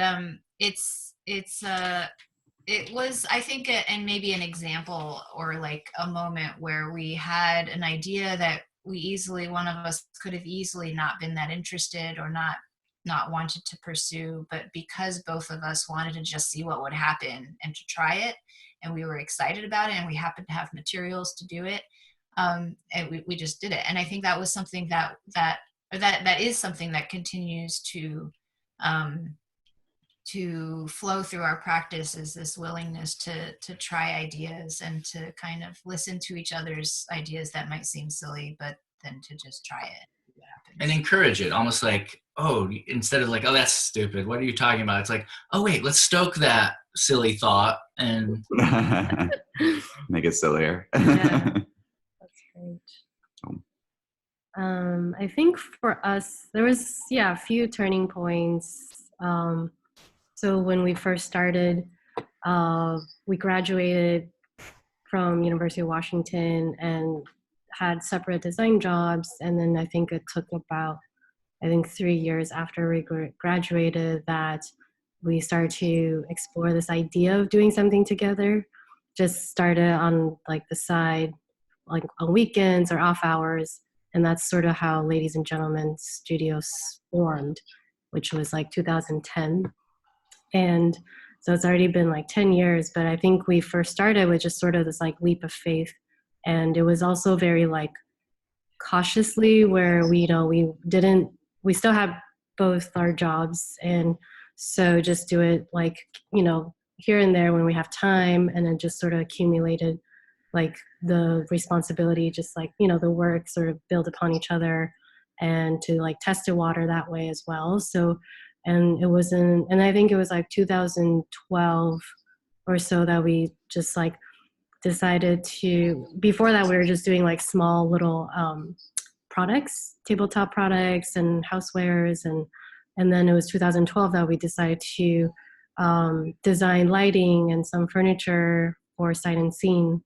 And during Design Week, and that sort of like connected us to this like bigger community of designers and creatives that then led us to wanting to move to New York, and which we did in 2015. And now it's been 5 years.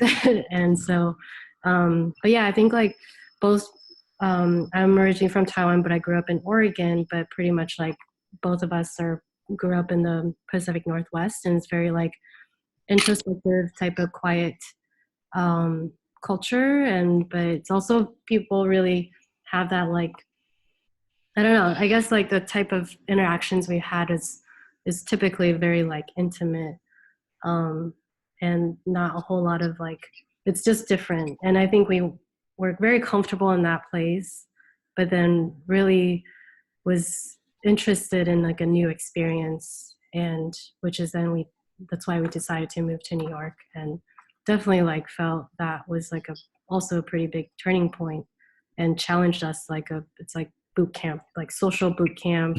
You know, we had to like talk a little bit faster, and you know, like all those things. Like we literally have people say like, wow, yeah, I could totally tell you're from the West Coast because you talk really slow. And I was like, oh, really? I remember that time. I'm so grateful you made that move.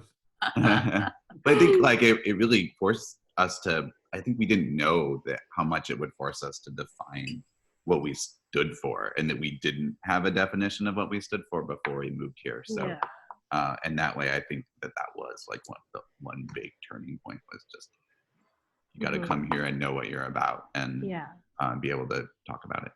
And also like trust our own selves. And trust yourself. That I think a lot of the things that after we moved here, it sort of reaffirmed a lot of who we are, and didn't want to, like, that was actually something that we want to hold true to ourselves and keep kind of, you know, keep that sort of connection with nature, and or with our sort of like just having space, giving ourselves space to think and contemplate and that kind of stuff. You mentioned the isolation chamber that we're all kind of conceptually, and I think about this legend of Brian Eno kind of having a drone over his ears and walking through life with the drone, and having the drone in the apartment, the drone, and legend has it doing that for an entire year, and then taking the sound away so that all the sounds were heightened. Right. And I think that potential is upon us, where when we re-enter, our senses are going to be tickled in different ways, and we'll be reacting in different ways.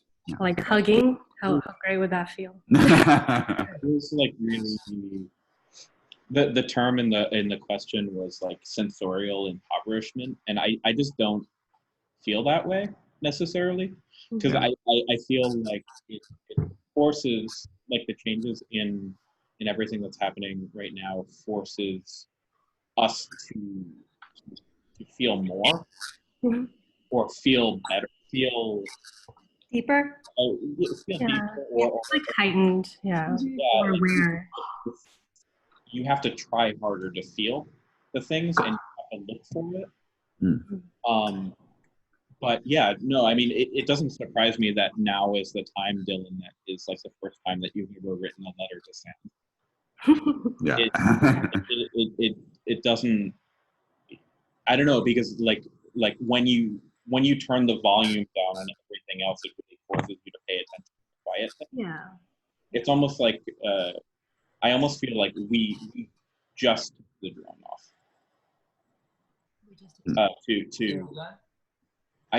Adam, like I feel like when we like got put into this situation, the drone got turned down.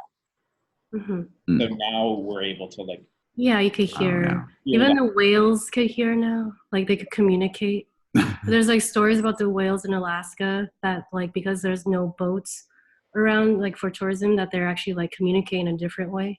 You know, it's like there was a story about that, and like, you know, it's like the analogy is like, when you have a conversation in a really loud restaurant, you have to like shorten your conversation and just yell, and like, you know, versus very different when you're just like one-on-one, and you can have those like nuanced conversations. And I think that they're starting to notice like whales are even doing that.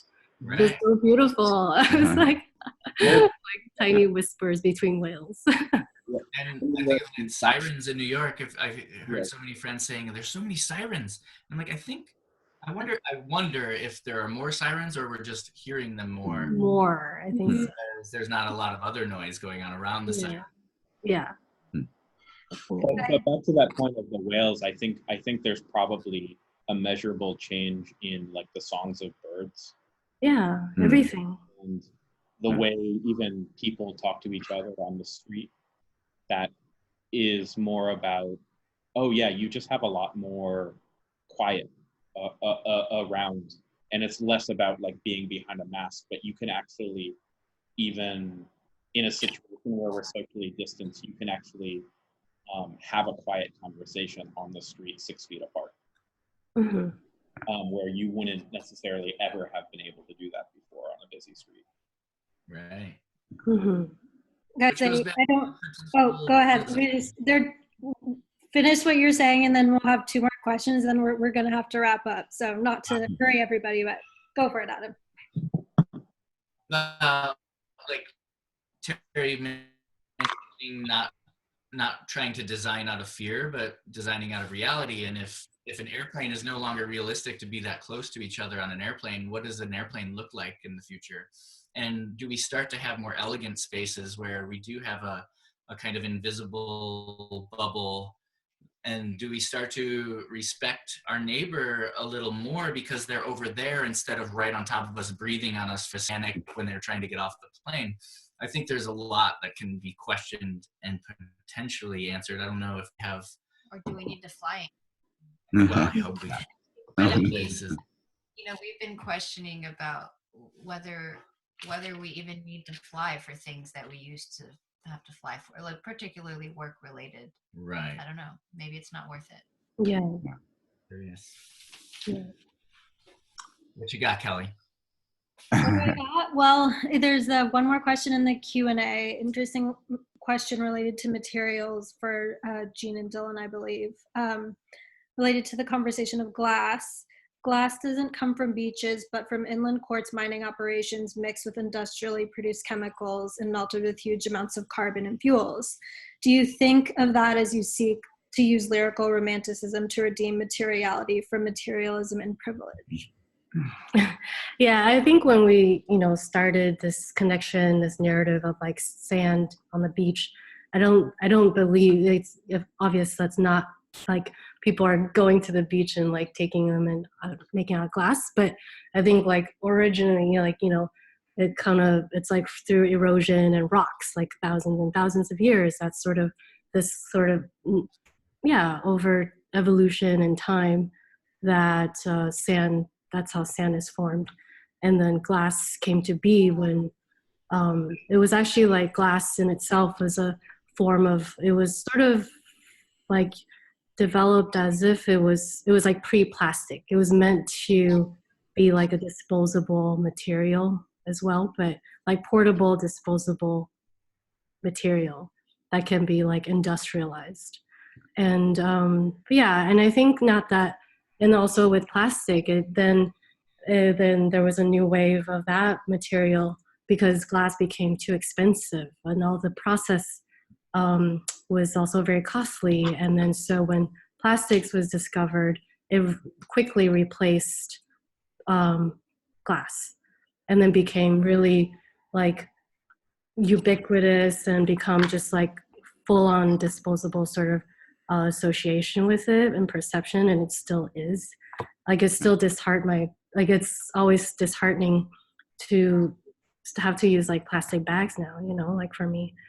But I think like, I don't think we're trying to, just paint this like rosy picture about materials in an unrealistic way, but it's more about bring this new re-celebrate the essence and the spirit of these really basic materials that we take for granted, but they're actually really profound. And that there is a lot that goes into them. And I would propose that you could invert the question and say, like, are we making massive amounts of like glass or plastics wastefully because we've lost touch with the poetics of the origin of what goes into a product and all the effort and energy and like beauty of nature that goes into making this thing that we're now consuming, and that if there was more talk of what those two costs are or what the poetic side of those things, that there would be more appreciation and honesty in how we're using those things. So I don't think that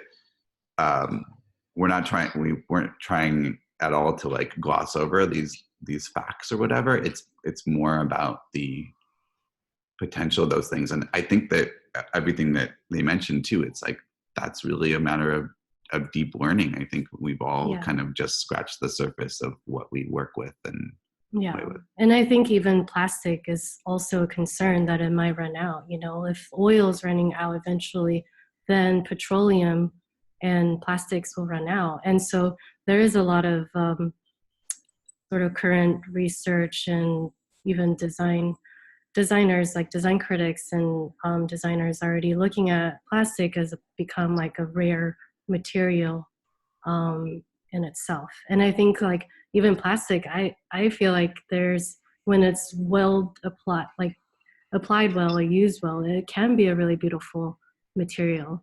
And I think sometimes it's our own human perception that devalues the material because it's super cheap and it breaks, or but actually if you just look at the material, if we look, like we often still look at the material in itself and the quality of it and not discriminate the material from what the perception of the industry and how it says they are, that, oh, it's like plastic is cheap, shouldn't do anything with it, you know, like, but if it is, there's still a lot of room for experimentation and reinterpretation to elevate and to really like bring out the spirit and the beauty of that material in itself. So Right. That kind of connects a little bit back to this idea of sea glass too, where I don't know if you've had the experience in the Rockaways, but sometimes when we go on walks on the beach, now we'll find sea plastic, you know, and sea it's Yep. that are totally eaten and Yeah. and you don't know, and it's so beautiful, but it is a, you know, it is a core material of some sort. And when you find that perfectly sandblasted version of the mat where it's no longer glossy and you're like, Yeah. is glass, because glass often isn't, well, I guess frosted glass, but it made me think about taking any process from beginning to end, Right. and trying to do that manually without a factory and without the way the system with which things are set up so that a Coca-Cola bottle can exist aren't necessarily the ways glass was originally made. And then to kind of like dance with the material, whatever materials we're working with. We work a lot with paper. So I've never made paper from a tree, even though I'm told paper comes from trees, but I haven't brought it to that level yet. And we're trying to reach out to photo studios and take seamless paper and shred down seamless paper and work it into a pulp, so that we're reusing material that would often be thrown away. Yeah. But as far as creating paper, Yeah. we haven't really done that. I'd like But to. yeah, this is Yeah. part of the process of being physical makers, is recognizing your responsibility to yourself, the material, and your environment, and the value in that, and how valuable that is. Yeah, and I think it's more, I think for us too, it's like we approach material, like I feel like there is that embedded responsibility that in itself, like the more you know, the more you care. I feel like the more you realize how difficult it is that we take these glass for granted, like it, as we sort of make all these connections, or even paper, and tell you like when you guys do that process of like peeling the tree, or you know, planing the barks or something, the wood, and then like cook it or boil it to soften it and then make it, and it's like understanding the full process and then realize like, oh my God, just like realizing the full process of how something comes to be. And it's more about, I think it's, for us, it's more about that, embracing that process, and therefore it could lend itself to a more sort of like having a deeper gratitude for all the things that we have and are readily available to us. And sometimes, and like we would just like hope that people, as people become more informed and educated, that and understand and also evolve their values as well, that it could then lead to less waste and less like frivolous purchasing, and it's like bring meaning and value back to the things you live with and things you own. Yeah. And I don't think that necessarily the path to doing that is being like all the things that you use are made out of bad stuff and that's the end of the story. Yeah. And like there is really no bad stuff. It's only how humans perceive it. Like because humans create it. To us is really wonderful to have CNC machines and to have laser cutters and to have 3D printers. All this stuff can really expose potential. And I think it's really important for the user to continue to question, what is the effect of this technology? And that's our computer. I mean, clearly this is a great tool that we're using to communicate essentially across, well, I guess we're not that far, but we're across the country. Yeah. Kelly, you're in LA, right? I'm in Atlanta. Atlanta, okay. Yeah. Another form of sand in a way, using crystals. Right. Yeah. Crystals. Yeah, right. Crystals. Right. I think that there's like a really interesting thing through all of this too, that like the changing situation, political, socioeconomic situation we're in now and will continue to be, whether through global warming or other pandemics or changes in politics and everything like that, that can't help but impact everything, will necessarily be a driving point of friction in everybody's work moving forward. And again, back to that point of a designer needs to understand their agency. I'm just thinking that there just might come a time where Jean and Dylan, you want to continue to work with glass, and the production lines that you normally source things dry up, and you can't get that fluted glass anymore. And you start harvesting sand from the rockways to your own material. Yeah. And I think that there is like a part. This is actually kind of driving at like our possibly next topic in the series, which is on access to tools. And kind of driving at that a future of design could look a lot more like the early industrial movement, where it's cottage industry rather than, it's hyper-local cottage industry rather than global, rather than designers having to tap into global systems of economics and production in order to make small production. It might look a lot more like, oh, you have your, it's kind of a lot of how small community designers work right now, but it's like you have your person that blows glass, you have this supply line that's local. I'm gonna go find a stone in the woods and carve it into a chair. Like that kind of hyper local exertion of your own agency as a designer kind of needs to be a path forward when there's so much kind of unknown like in the future. Yeah. That's exciting. Yeah.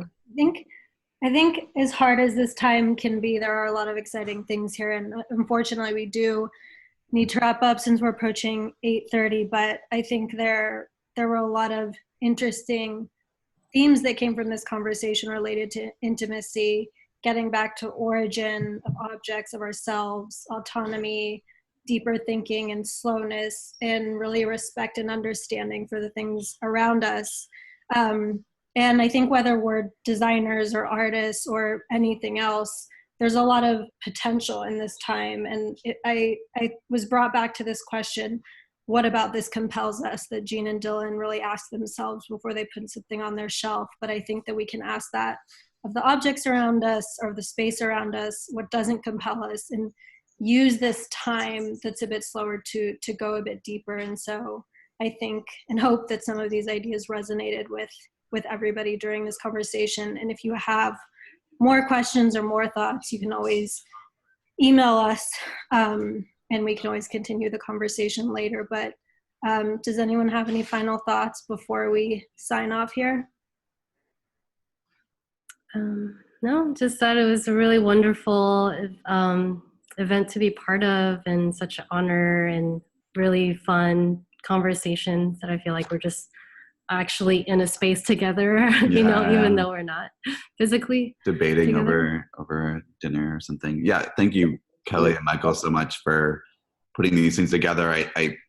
The last People in Places really helped us feel like re-inspired again. So I think that that was it really is serving a really nice purpose for the community when we all can't get together and discuss these things over a nice dinner or drink. I wonder if it could inspire a future, like when we are able to be in a room together and hear a live talk, this could be a 1.2 version of People in Places where there's always a Zoom element, because I do feel like the conversation somehow gets to evolve differently than if we were all in space reacting to each other's and the crowd. Like, Or become like you can create a cube with 4 rooms and each are on Zoom. So it becomes like a performance and then Alan, spin around. Yeah, Alan can get Alan it for us. Thank you guys for having us. Yeah, thank you guys so much for joining in. We will be following up with the essays from the speakers in an email, as well as an extended reading list. So there will be ways that everybody can dive a bit deeper. Yeah, and thanks for all the great questions and comments, and yeah, really love that everybody tuned in from so many different places. Yeah, thank you everybody for tuning in, and I think that we'd be really lucky to be able to do this on any normal day in any normal situation. So to be able to do it now is really important, I think, for all of us, and really impactful. Yeah, sure. Awesome. All right, guys. Thank you so much. Guys, thank you. Peace. Bye. Wait.